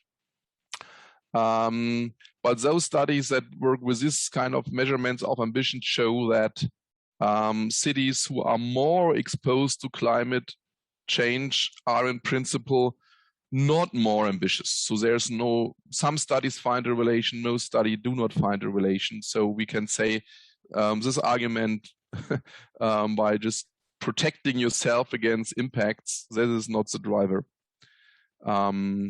Also, when you look into co-benefits, that most studies show that there is no association of large co-benefits with more mitigation planning in cities. So here, again, I just speak about stylized facts, so there is some mixed evidence as well, but most studies go into this direction. Where the literature is really split is about the ambition of cities in comparison to higher institutional levels, say the national ones. There are studies that show that they move into the same directions, and there are studies that show that This is more a substitutive relationship that cities are more ambitious if national states are not, and the other way around. What needs to be taken into account here that increasingly national policies oblige cities to make climate plans. So that's quite different around the world. Even in Europe, there are huge differences here, but also many developing countries now, in Southeast Asia, for example, begin establishing such mandates. What is relatively sure is that's basically shown by nearly all studies I know is that cities which have a larger capacity to act, be it however you measure this in wealth or in education or maybe in the size of a city, show that those cities are more ambitious. So large or rich cities do more. There are much more facts you can get. Here are some literature reviews that appeared and that are quite helpful in this respect. But you see, some of those arguments I presented before need to be qualified. And there are some puzzles that come up. So why capacity plays such an important role here.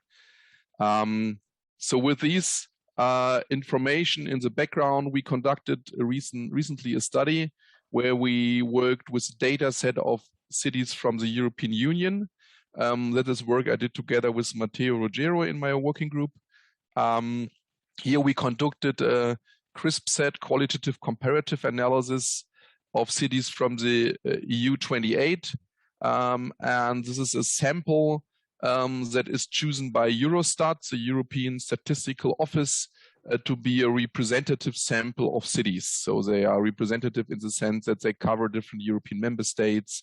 So we have smaller cities, we have larger cities, we have cities that are capitals, and we have cities that are not capitals, and so on and so forth. So this data set is also used for other studies, and here we particularly work with a very unique derived data set that checked for all those 885 cities whether they have a mitigation and an adaptation plan, and they classified those plans according to a scheme. In our analysis, we focused on those cities that have a plan of the highest, a mitigation plan of the highest quality. So that's what they call an A plan. And we want to explain the presence of such plans based on a set of conditions. And those conditions we consider are capacity measured in wealth, co-benefits measured in air quality, membership in a transnational municipal network.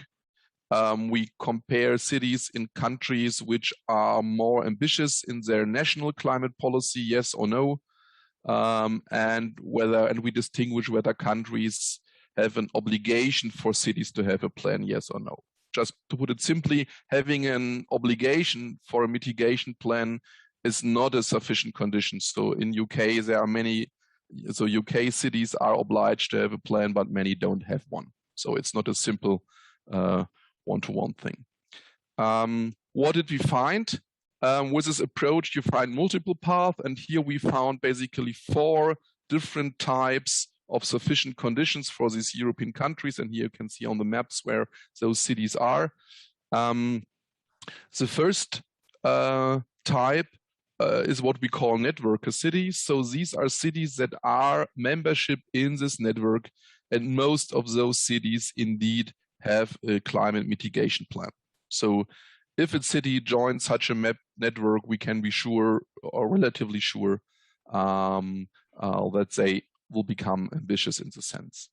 We have more complex conditions for what we call green cities and lighthouse cities. So these are 2 related types. These are all cities that are rich and that are placed in countries that also have, according to European comparison, a relatively ambitious domestic climate policy.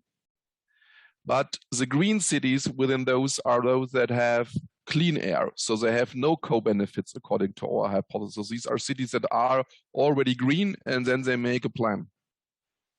So that's rejects this initial argument. While those lighthouse cities, there can be lighthouse cities with good or bad air, it doesn't matter, but those are placed in countries where they are not obliged to. So lighthouse cities are really those that do this voluntarily. Yeah? While with the green cities, we have the voluntary and the non-voluntary cases. And the last type that is totally different, we call it fundraising cities.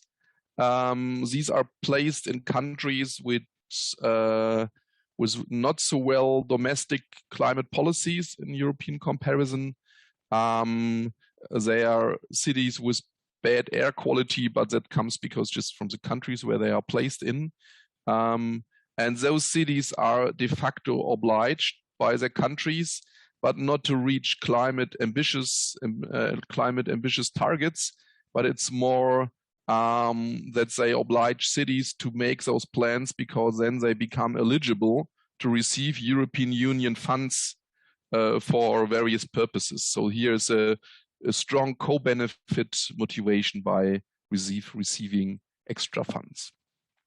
So you here see what cities can do or how they are motivated can be really different depending in which type of city you are.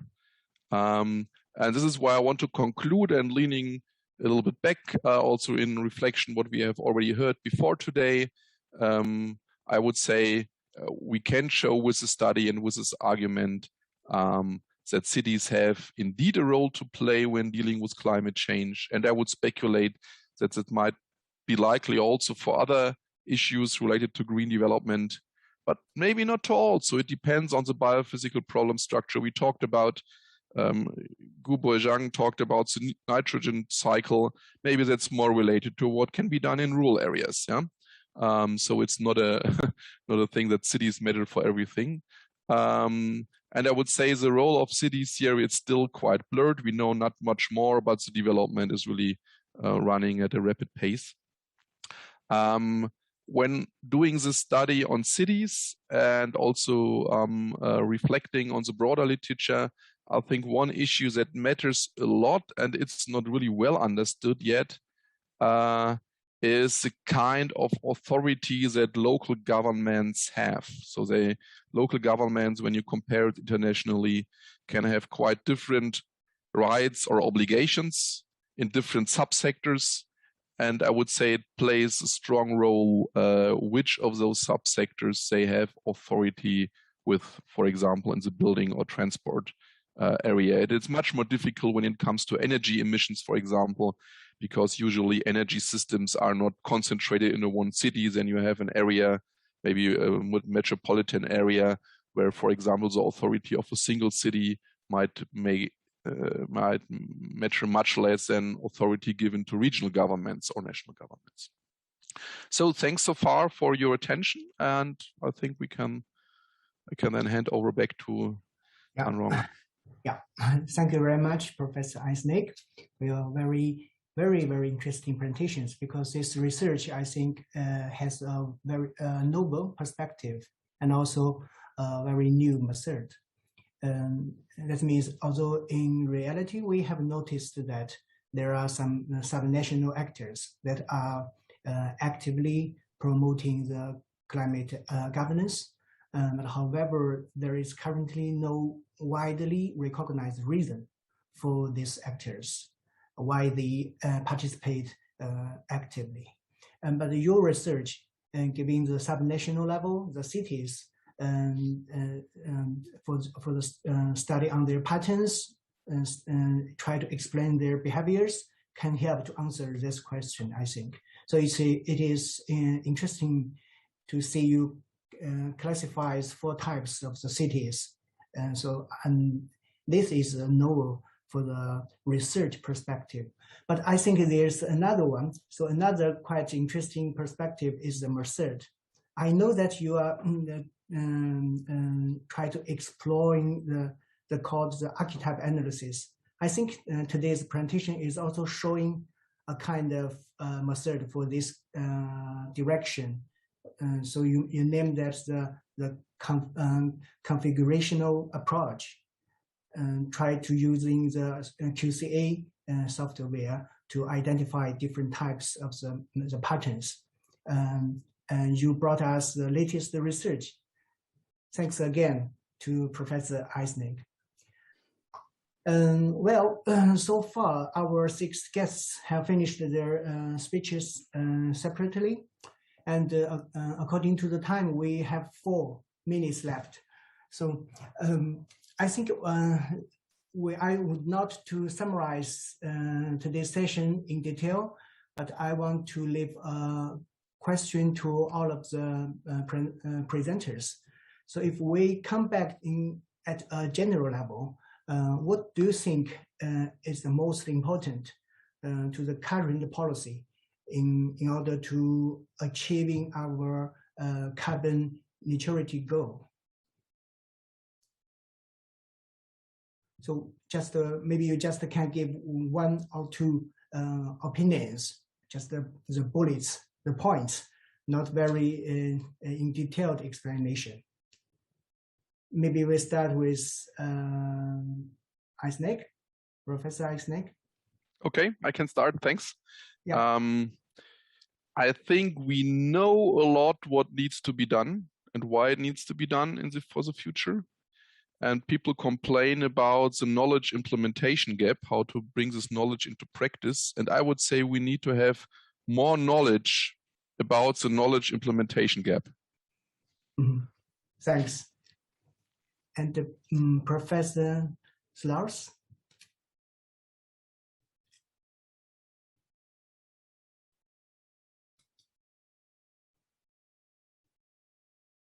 Professor Slaus? Yes, sorry, I was misunderstanding you. I think that the very obvious, simple, biggest transition we can make is to, as quickly as possible, reduce the use of very high levels of CO2 burning fossil fuels. And so probably the biggest thing we can do is to shut down the largest emitting CO2 plants. But that, of course, has many socioeconomic implications. So we need to think also about what that means for jobs. Yeah, thank you for your opinion. And then Dr. Klaus, Michael Klaus. You need to open your microphone. The important thing is to take people and citizens along the way. They have to understand restrictions, but it must also be shown which are new possibilities to profit also from this. And the second one is, I would think, curricula during study programs have to be adapted, also more open for this topic of climate change and environmental issues. Okay, thank you. So we have only 19 seconds. So Franz, can you say something? Yes, very short. Well, I couldn't agree more on what Klaus Eisenach said, and I just joined in. Yeah, okay. Yeah, and Baojing, are you still there? Yeah, I think it's a good talk that we the energy related part and also the carbon sink is very important for the ecosystem study. And meanwhile, to reduce carbon emission, sometimes is coupling with the nitrogen, with the environmental issues. So we can solve both carbon neutral and the environmental pollution together. I will save lots of implementation costs. Thank you. Okay, thank you. So the time of our session is almost up. Thank you very much again for your careful preparation and also the excellent speeches and also the discussion. I hope we can see each other again in the future, in the coming future, and I hope the COVID-19 impact will be passed soon, so as soon as possible, and resume our previous offline international exchanges. So thank you very much, and see you later. Recording Let's stopped. go back to the main room. Yeah, see you.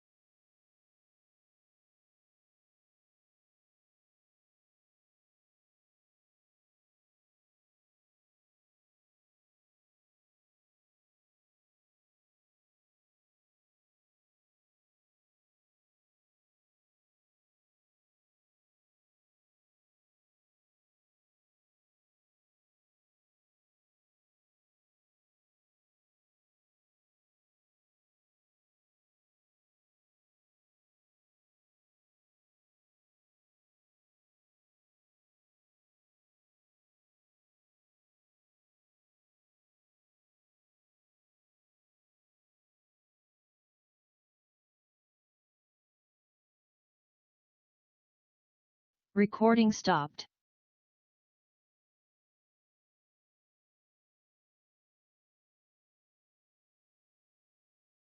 Recording in progress.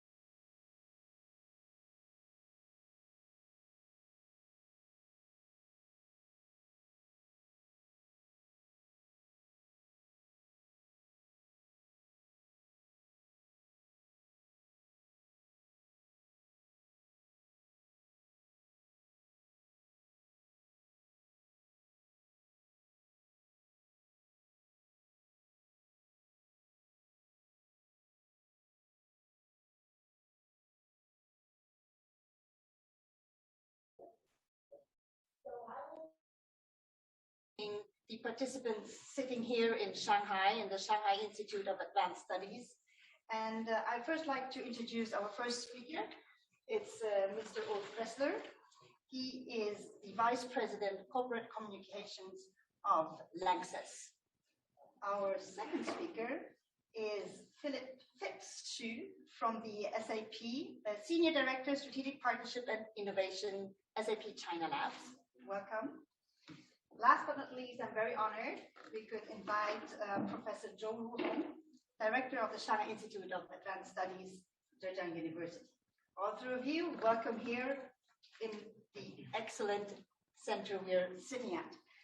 Last but not least, we also want to invite our three academics who are with us online. They will later on have the possibility to shortly wrap up the parallel sessions we had with very interesting presentations. First, I'd like to introduce Professor Andreas Thiel. He is the head of the Department Water Microbiology from the German Water Technology Center. Welcome, Professor Thiel. Secondly, I'd like to introduce Professor Bauke.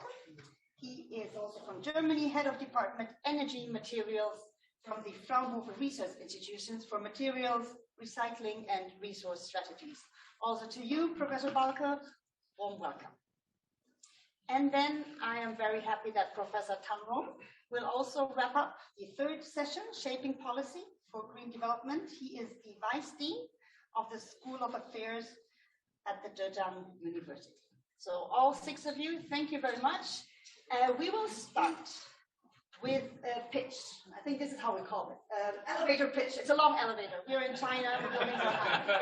So you have 4 minutes each to answer and wrap up the question is, how does your institution and your company prepare individuals for successful careers and contribute towards a sustainable world? So what are best practices from industry or from institutions around the SDGs? That'll be the first part of your 4 minutes. And the second part is, what is still missing in the industry and academic collaboration? Are there any gaps we need to bridge? And if you have time, if you're fast enough, you can also give maybe a very short answer to your personal privilege, like, is local engagement more important or global networks? If you can end with that sentence, I'll be very happy. And we will start with Mr. Ressler. So please, the 4 minutes clock is running. Go ahead.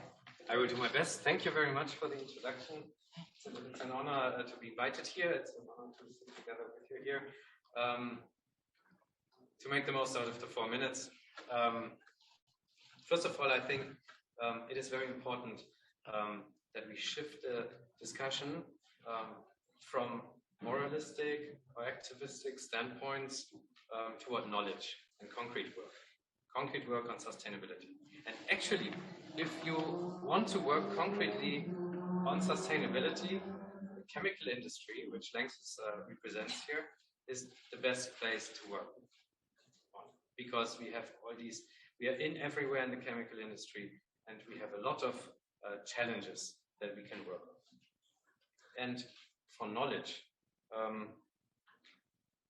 this is where we then, and this comes then together with a university, where we work on education programs together with the public.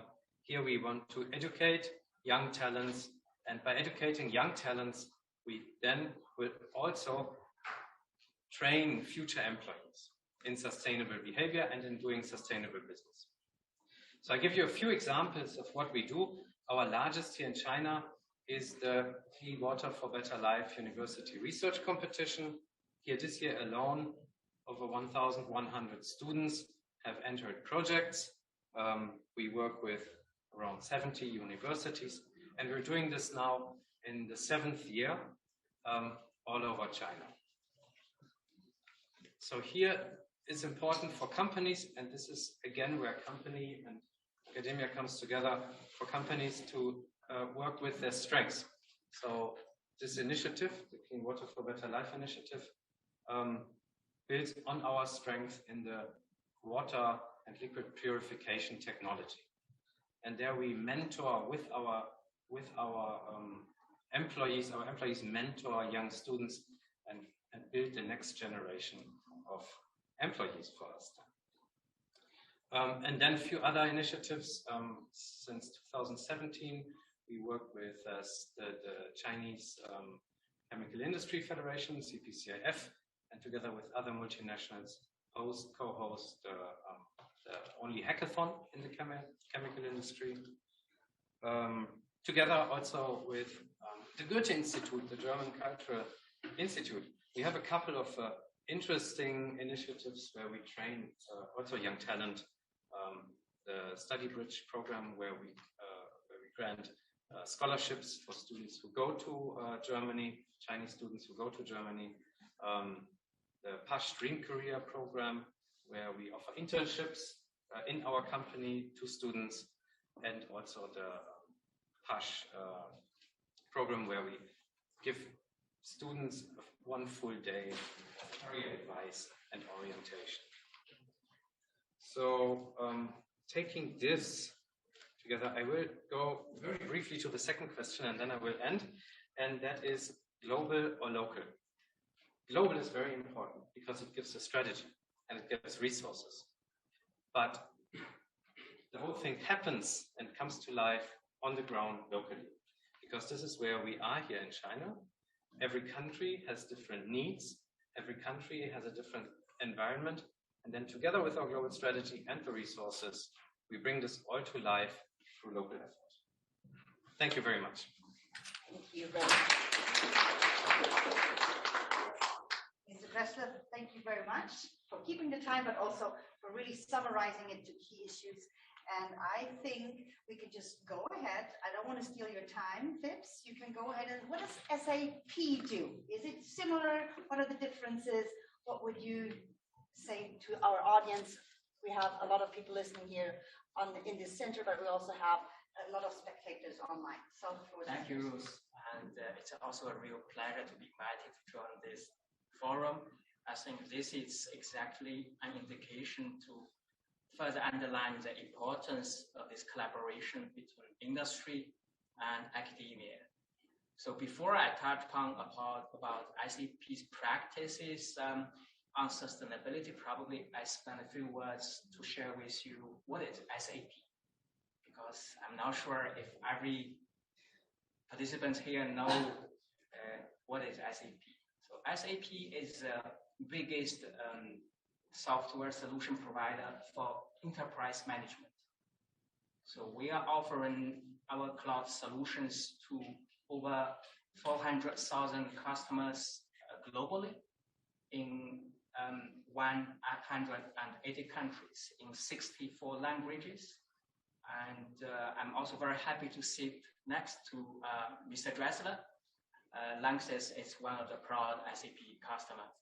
So we are very happy to work on this part, and we have been really working with companies like Lanxess for the past to support their strategy to run better and improve people's lives. So help the world run better and improve people's lives is indeed SAP's purpose. So we are a purpose-driven company, and that same SAP is really embracing this sustainability topic into twofold. On one hand, we do the best ourselves as an example to showcase to our peers, to our customers, how SAP is committed to be carbon neutral, to be environmentally friendly company. And we already set a target to be carbon neutral by 2023, the next year. And we are also working basically by combining this with the second pillar as an enabler. We want to develop those products and capabilities and to support our customer to run even more intelligent, more sustainable, and contribute to their success. Therefore, we come up with 3 pillars about this strategy. The first one is climate actions. So how do you know your company is doing in terms of a carbon emission, right? How good is that, or let's say, how worse is that? And without knowing the current situation, without that transparency, there's nothing you can plan. And therefore, with that, then you come up with your strategy. on sustainability and on performance, on sustainability management. With that plan, then then come to the point of action, right? Follow the PDCA cycle, you can continuously improve. So this is a first pillar of climate action. And the second pillar, which is about circular economy. It talks about how we can support our customers to responsibly design their products from at the beginning. And by responsibly design that product, the product will also support the consumer to responsibly use, to be environment friendly. And last but not least, as a company, you are creating a social impact. Therefore, how can you become a socially responsible enterprise? And this comes to the one important area, as I mentioned before, the awareness. So what we did is indeed let every employee of our company knows our purpose and how each of them can contribute to the sustainability of our company. For example, we are committed to eliminate single-use plastic by end of this year. That is a company strategy from headquarters and executed in every location. And we are also working on diversity and inclusion to make sure that everyone has the equal opportunity and equal payment in every location we have. And with that, we are roll out basically this kind of salary transparency initiative. I think everyone sitting here know how difficult would that be, right? But we are doing that, and we are also supporting those girls from lower economic background in China. Indeed, actually, university goes to have an internship inside SAP, and later to support them to even develop further their career aspiration. So with that, I come naturally to the missing part of this collaboration between academia and industry player. So far, a lot of things has happening in terms of talking about the importance of those SDGs. But then how we can work together to make that transparency to those decision makers in business, to those CEOs, to those CFOs who really read and understand numbers. So this is something I think the collaboration between academia and industry is very important. And I'm also very happy to share that SAP, together with a few industry players and the pro bono consulting companies, also big four joining us, together with 3 universities, Harvard University, Oxford, and Hamburg University, we are forming a value-based alliance to try to create a kind of value-based accounting. So it means that in the future, so CFO, when he or she receive reports of the business, he will receive on one hand the financial statement, how profitable, how good the business is running from that part, and on the other hand, he will receive a value-based statement report. I think we are missing one partner in your collaboration. If I introduce it, Philip, thank you very much. Your time is over. Yeah. I would go, what about Mr. Zhao, the Zhejiang University, joining that initiative? The floor is yours. Thank you, Louis. And also, let me first start by welcoming you, Alf and Phillips, and also all the experts online and everyone in the audience to this new building, to Zhejiang University Shanghai Institute of Advanced Study. As I mentioned earlier, actually, this is also our first international conference and forum. So it's already our honor as well. So to the question you mentioned, following what Lucy said earlier, I also think indeed we are living in a very interesting world now with all the unprecedented challenges facing us related to the sustainability. And from the effort point of view, all the efforts, there are enormous efforts actually from national level, university level, and also from our institutional level. So I try to describe this in 3 short aspects. So first is we at the Shanghai Institute for Advanced Study, we focus on computing plus, we call. So so-called like 1+3. 1 stands for AI, or computing plus AI as a foundation. And the 3 stands for like 3 innovation labs, focusing on computing plus biology, computing plus finance, computing plus engineering.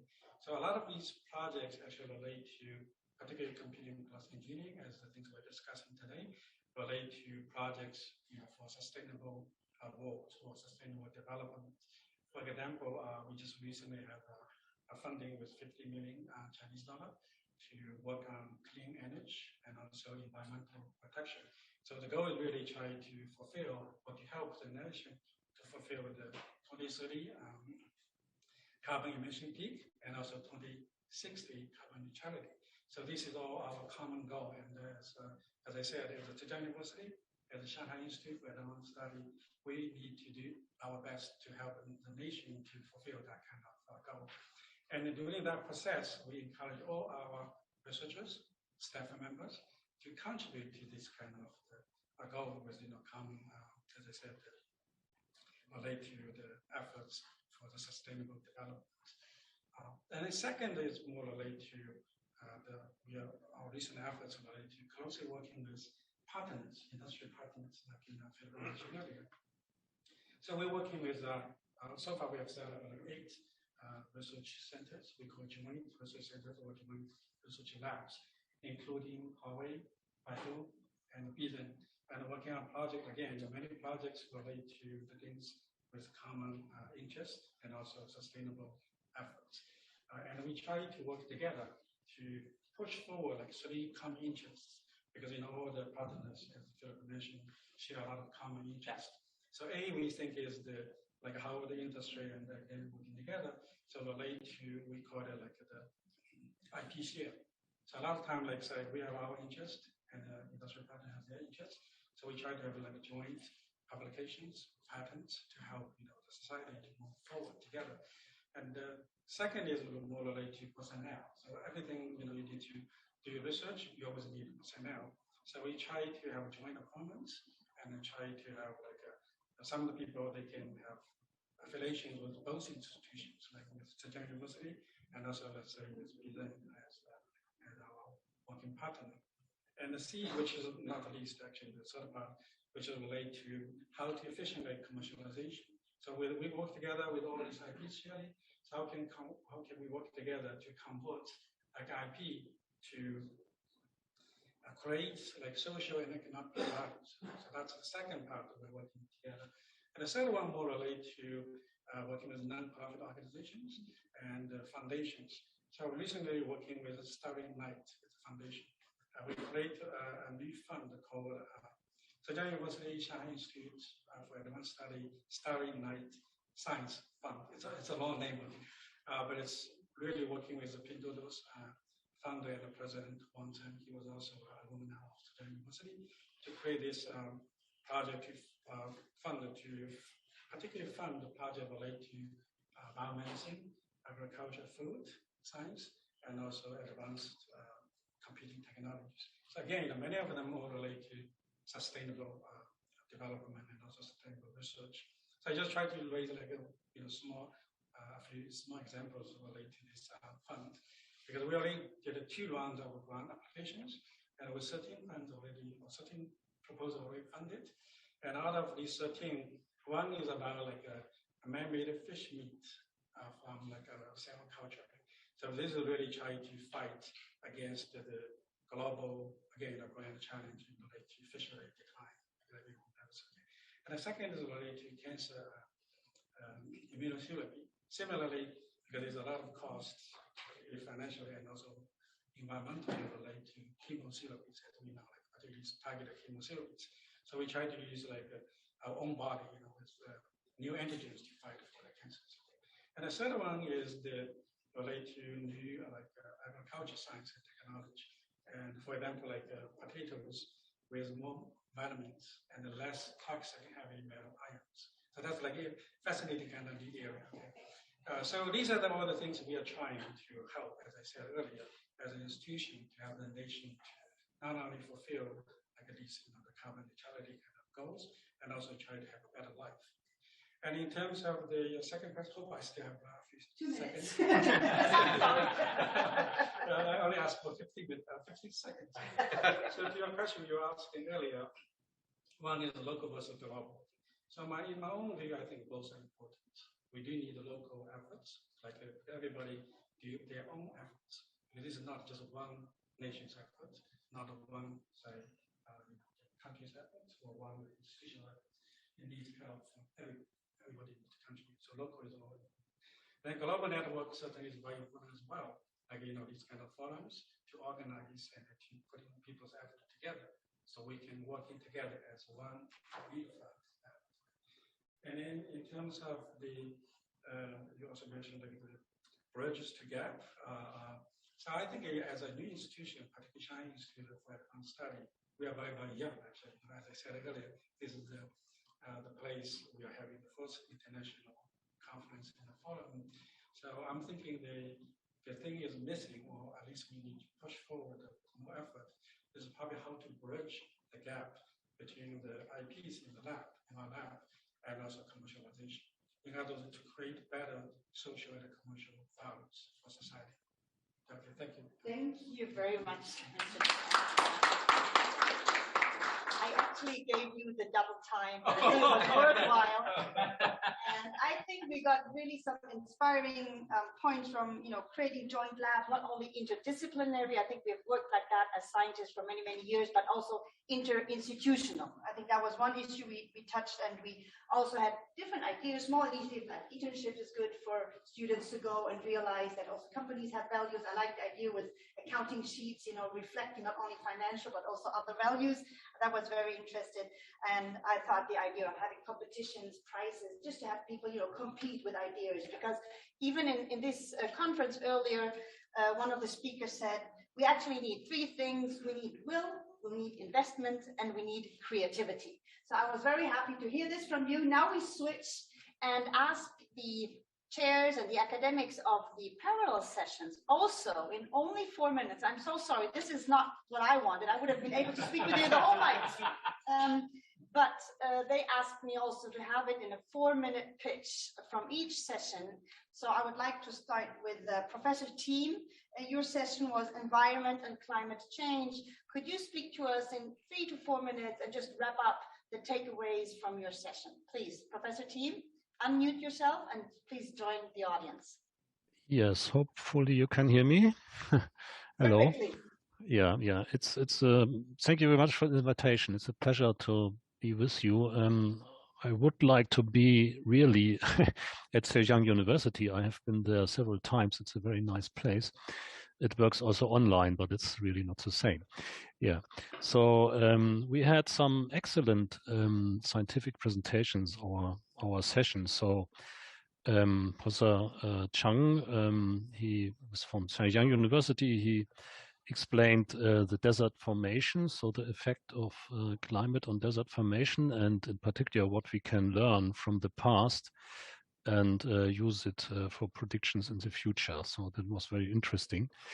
Followed by Professor Garschhagen from Munich.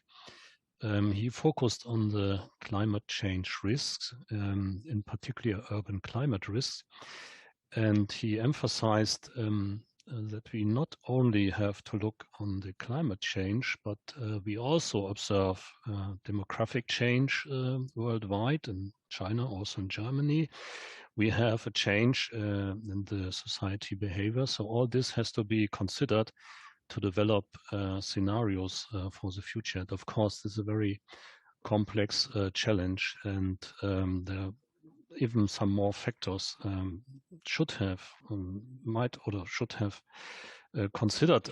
to be considered for the future to have realistic scenarios. Yeah. Professor Chu from East China Normal University, he presented us data from subtropical forests looking at the effects of drought resulting in a change of metabolism. So you have negative effects on the growth, of course. And looking at the carbon balance, this is another important point and the result of the climate change.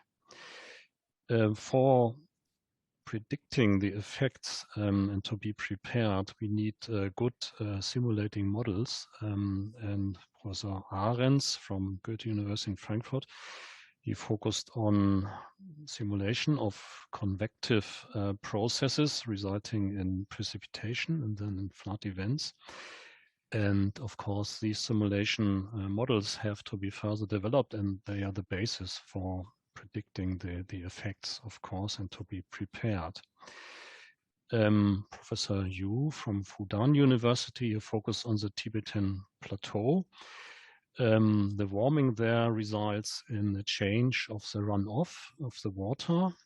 This has direct influence on the very large rivers, for example, Yangtze and Yellow River in China, but also the Mekong in Vietnam, for example. And he's also working on simulating these effects. Precipitation is a factor of uncertainty then, so we have to work on these models.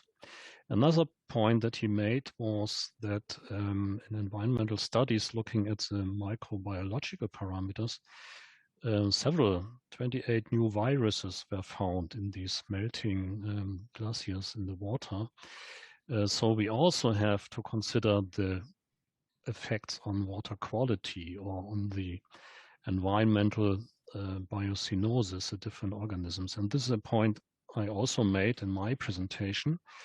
Many of the studies have to focus on water quantity, and this is of course very important, but we also have effects on water quality, the growth of new organisms that can make problems when we also want to use the water for drinking water. For example, harmful algae blooms will be very important, or pathogens that are growing at higher temperature. So we have to consider both the water quantity and the water quality. So in summary, we had yes, very excellent exchange and very good experts in our session. And we have some areas that would be very suitable for cooperation in the future. We have very good opportunities, and we know this already from previous years that we can have very good cooperation between China and Germany. And yeah, I would be very happy if this could be stimulated by this forum today. Thank you very much. Thank you very much, Professor Thiem. I think it is indeed a very, very good sign that we can actually continue, even with the pandemic, that we can continue the exchange, that we have hybrid formats. We can actually, through this digital format, we can actually reach more people. We can invite more high-level experts. We can keep our carbon footprint low. So I think there's some good things about us not being able to travel that much, although I would really love to have dinner with all the scientists who contributed to these sessions. And I really respect that you could summarize the 2-hour session in 10 minutes. That was excellent. Nevertheless, I would ask Professor Balke to maybe even be better and keep the time even better. Professor Balke, you actually shared, or you're going to summarize the session 2, developing new energy materials. The floor is yours. Could you please summarize in 5 minutes the best, or the most important outcomes of the 2-hour session, please? Okay, good morning, good afternoon. I tried to do my best. I had 20 minutes for my 30-minute talk already in the session, so this worked almost.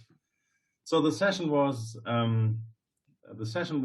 developing new energy materials from the point of view that like a revolution which we need now for fighting climate change. This is already all the time an energy revolution is a materials revolution. So we need new materials to make maybe new devices, use new concepts to fight this climate change. And we had 5 talks. No, 6. I was the 6th. So five colleagues and myself. And we had first something about topological materials for thermoelectric energy conversion from Cheng Guangfu.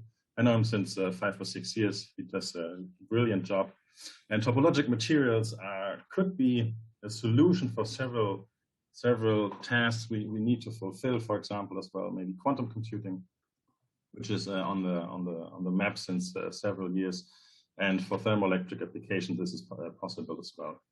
The next big point we have to tackle is the how to store energy materials, or how can we get maybe hydrogen. The whole world talks about green hydrogen, and one possibility is that we use photocatalytic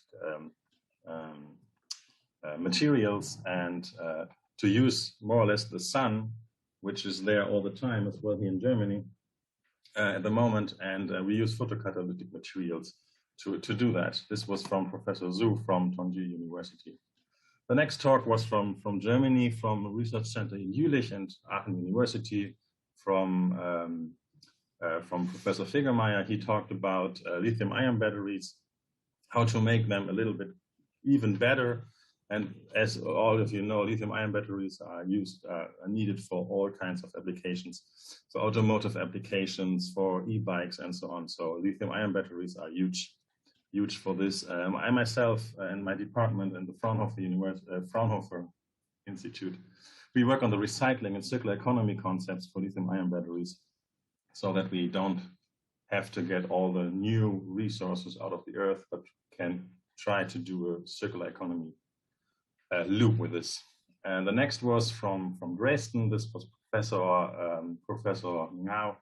He was the chair of molecular functional materials, and he talked about high power energy storage. So this is as well a problem, or like a challenge, how we could store the energy, not only for the hydrogen revolution. There we need to store hydrogen, for example, but as well electric energy. And this is, of course, a huge demand there to do research on this field. And then myself, I talked about the last 10 years of design of thermoelectric half-Heusler materials for thermoelectric applications, so that you can use waste heat, so a delta T, so a hot side and a cold side in any device, and then use this temperature difference and make electric energy out of it. You can use this in automotive applications and in any other concepts where you have a waste heat, and then you can put this thermoelectric generator and get electric energy out of it. This was more or less 4 minutes now. This was our session in 2 hours. This is the basics from this. Thank you. Thank you very much. You did indeed a very good job, not only keeping the time, but also really picking out the most interesting parts. And as I could see that within the chats, people are actually already networking and trying to say, hey, let's work on this. And I think that's one also of the reasons why we're doing this. We will continue. And I mean, I am not very sure about the number, but if you look at the ranking that came out last week, I think Zhejiang is doing very well, is moving up in the rankings. And I think it's very interesting, and even now for the German researchers to keep in touch with the young scientists here at the Zhejiang universities and pushing their research really up to new levels. And I will not speak much longer, but maybe Professor Tan, also you can do such a good job. You're not that much into the scientific in terms of hard science. I'm sorry, I'm a physicist myself, but you're actually working on social sciences. But we also need that, right? We have the will, the investment, the creativity. I think now we're coming to the will in terms of policies. So please, Professor Tan, can you also just use 4 minutes and sum up the 2-hour session you had with your colleagues from Germany and China, and give us a brief insight into the most important key findings. Professor Tan. Yeah, thank you very much. And it's my pleasure to chair the session and also summarize here. In our session, we have 6 presenters, 2 Chinese scholars working in Chinese university, 2 German scholars working in German university, and 2 German scholars working in China.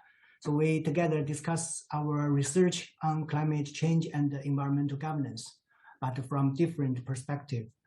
And the general theme of this session is about the green development policy design.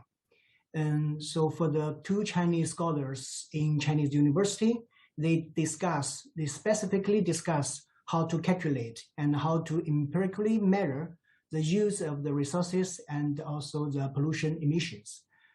For example, Professor Fang Kai from the School of Public Affairs of Zhejiang University, he measured the resources use and the pollution discharge through the ecological footprint calculation method. And he provides a very fundamental scientific basis at the physical level and with the policy implications for the policymakers. I think this is a good start for any kind of policy initiative. And also Professor Gu Baojing from the College of Environment and Resource, also belonging to the Zhejiang University. He gives a very amazing research. He did a quantitative analysis of the costs and benefits of the nitrogen use in the recycling process. I think this is also very fundamental basis for the scientific decision making. And in conclusion, he argues that high quality urbanization is an important way to solve the food security and also the environmental pollution issues. I think this is also a very impressive opinion. And the two German scholars working in the German universities, they both discuss the policy issues directly, not only about the similarity and the differences on the national level, and also try to explain the reasons why some subnational decision makers they would like or they are actively participating in the climate cooperation. And for example, Professor Schulers from the Munich University, the Technical University of Munich, he introduced recently the goals, the policies, and the systems, both from the European and also Germany and also the China. We found that there are many similarity and also differences between the two regions, but we also discuss the potential for learn each other, for the cooperate of each other, especially on the institutional design. And the Professor Eisnig from Humboldt University of Berlin, he shows the reasons why the sub-level decision-making bodies, like the cities, they try to achieve kind of transnational cooperation without any top-down orders or top-down controls. And he used a very new methodology. It called the archetype analysis, try to find out the patterns among those cities, their performance, and also the context of those cities are facing, try to answer why they have the motivation to cooperate. And also the two German experts in China, they try to review or try to study the problem from a systematic perspective. For example, Professor Franz Gaspeller, he showed us a very ambitious scientific research program that is the Global Science Program on Urban Health and Well-being. And he specifically he used the methodological holism positive to discover the reasons and also the mechanisms. And finally, he proposed that more efforts should be paid in communication, into culture understanding, and also the intelligent governance to find a good countermeasure. And also the Dr. Michael Klaus from the Hans Sedgwick Foundation in the China office, he showed us the practical case that and also the models used in Germany to show us the importance of the practical significance and also the meanings of the social value that is quite important for the implementation of the policies at the local level. I think each of them give us a very enlightenment and also a very good perspective to help us to understand how to do or how to govern the climate change issues systematically. This is a summary of our panel session. Thanks. Thank you. Thank you, Professor Tang, also for summing up very briefly the interesting presentations you had in your session. Actually, the organizers already collected many questions from the audience, which is very helpful. So we have another 10 minutes. Not only you had very short time, but also I now only have 10 minutes instead of 20. So what I suggest for the organizers next time is digital formats. They actually enable not only collecting, but actually could have had a voting system. So from those 30 questions, we could have had a voting by the audience, and then we can pick the top 3. Now we will do that next time, I guess. And this time I will do a not so democratic picking process. So I have 30 questions, and let's start maybe with a very easy question. And both you 3 guys sitting here and also the experts online, the first one can have the go. So the first question is Zhou Xiaoying is asking, I am quite interested in the education cooperation between Chinese and German institutions, how to solve the language problem. So any of you 6 experts, do you have best practice how to solve this? Anyone? You 3 online, you just unmute yourself, or the ones you just start talking? 1, 2. Otherwise, I will pick the person to answer on this one. Nobody? Okay. Yeah, I was just going to say, Balke, this is you, Professor Balke. What would you do to tackle the language barriers? Well, I think that I was 11 years ago, I was in Shanghai on a conference, and this was really challenging those times, like 11 years ago. And I think we don't have to do so much if we like communicate in English like now. It's getting more and more easier to communicate to each other. So I think that, of course, if you want to do courses in Chinese, like from a German or European in Chinese, this I guess is not possible. This we will never solve, because both languages are rather complicated. But to communicate, to understand each other, and to talk to each other, and to try to solve problems together, I think English is a common sense, and this works rather good. I have a project since 3 or 4 years together with the Chinese colleagues, and this works pretty good. So I don't think if we, on a practical basis, that we need to do a lot there. Thank you very much, Professor Balke. Actually, I had expected somebody popping up and saying, well, we have all the artificial intelligence coming up soon. There will be a professor speaking Chinese. We all understand it in German. Anyway, good. Next question. I'm not an expert, I'm only the moderator. So the next question is from Lü Zhen. She is a graduate student at the Zhejiang University. I major in media, and I would like to ask a question.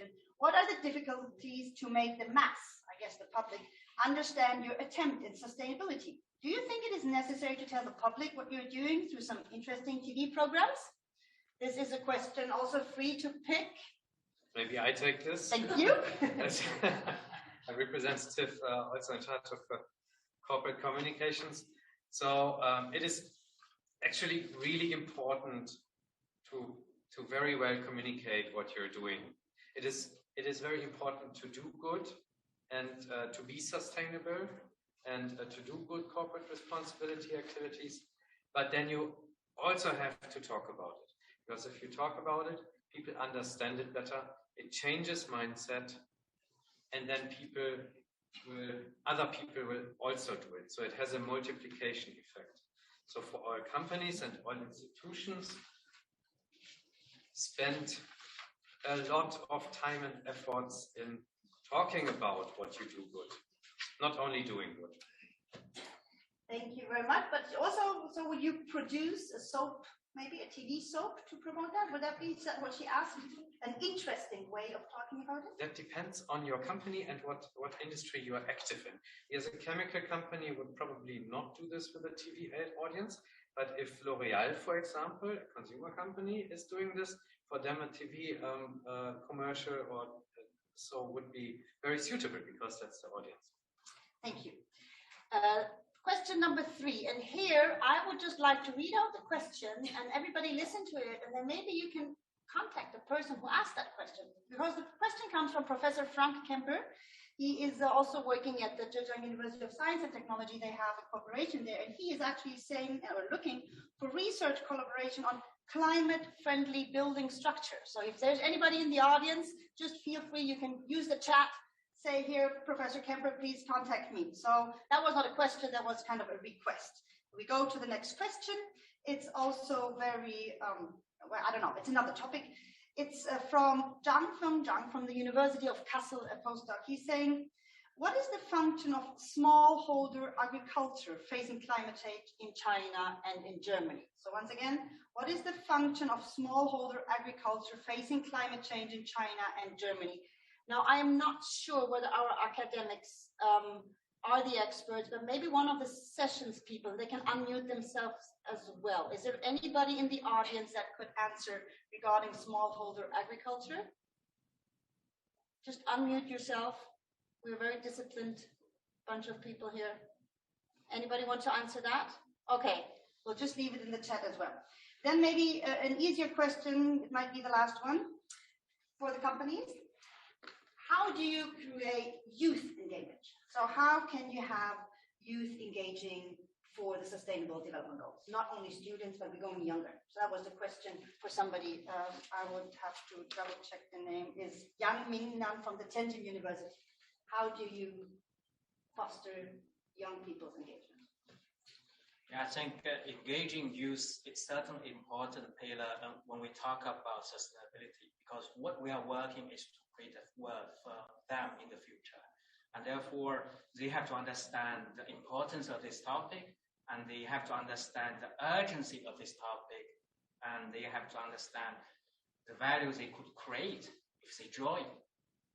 And therefore, from our company perspective, we certainly working on this part to make this even more visible and more transparent, right? To enable those youth and young people to understand what kind of impact they can create. For example, we are collaborating with Adidas, right? Supporting them. They are creating this kind of a non-single-use plastic shoes, and we're supporting them in measuring that. And this create value not only for those youth who buy them, but also a big value for Adidas as well.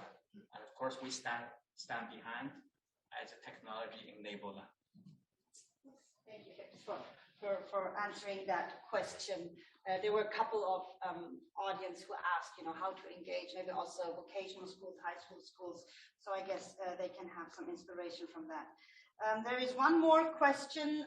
I don't see a chemist, although I know you have headed the Department of Chemistry, but by training you're a physicist, but maybe you can answer. It was a very simple question saying, not a very simple, a very short question. What can a chemist do for the better future? Is Mrs. Liu Fan from the Zhejiang University. Could you answer that? Okay, I can try. I did get my PhD in chemistry, actually. My undergraduate is like you as a physicist. I was trained. When people ask me, I always say I'm a physicist, not a chemist. Not a chemist. Okay, let's keep that for the evening, right?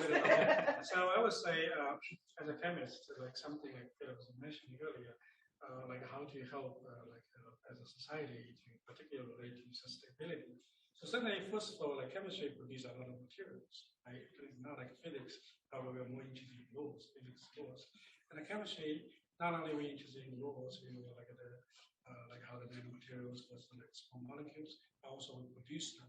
So during that process, of course, we produce something useful for the society. But meanwhile, this also creates a lot of needs to do it in a more sustainable kind of way. So I think there's a lot of things that we can do, including education, including practice, and including, like we mentioned earlier, how to educate the youth, particularly referring to your early question, local versus global. And I said everyone from local need to contribute, particularly from like education point of view, from young people point of view, because after all, the youth or the earth is yours, like it's not just us. And in 20, 30 years, and the world may be very different, but everyone has to be, not just from chemists or from physics, but everyone needs to contribute to make our life and our earth actually more lovable place to live. Thank you, Professor Zhou. I think this is actually already the final word. Thank you very much for this.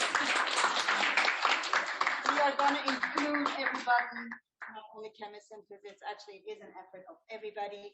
I want to thank the audience for being patient. So we had a 3-hour afternoon, morning, depending on which continent you're living. We have a very good conference leaflet, so you can actually read the biographies of not only the experts sitting here in this roundtable, but also them delivering the speeches in the sessions.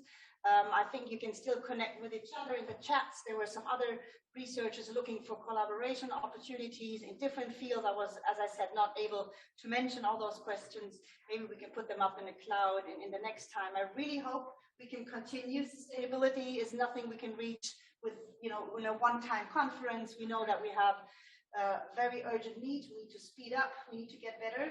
And I think we can only get better together. So I thank you very much. Thank you for being with us. Thank you very much. Have a good evening.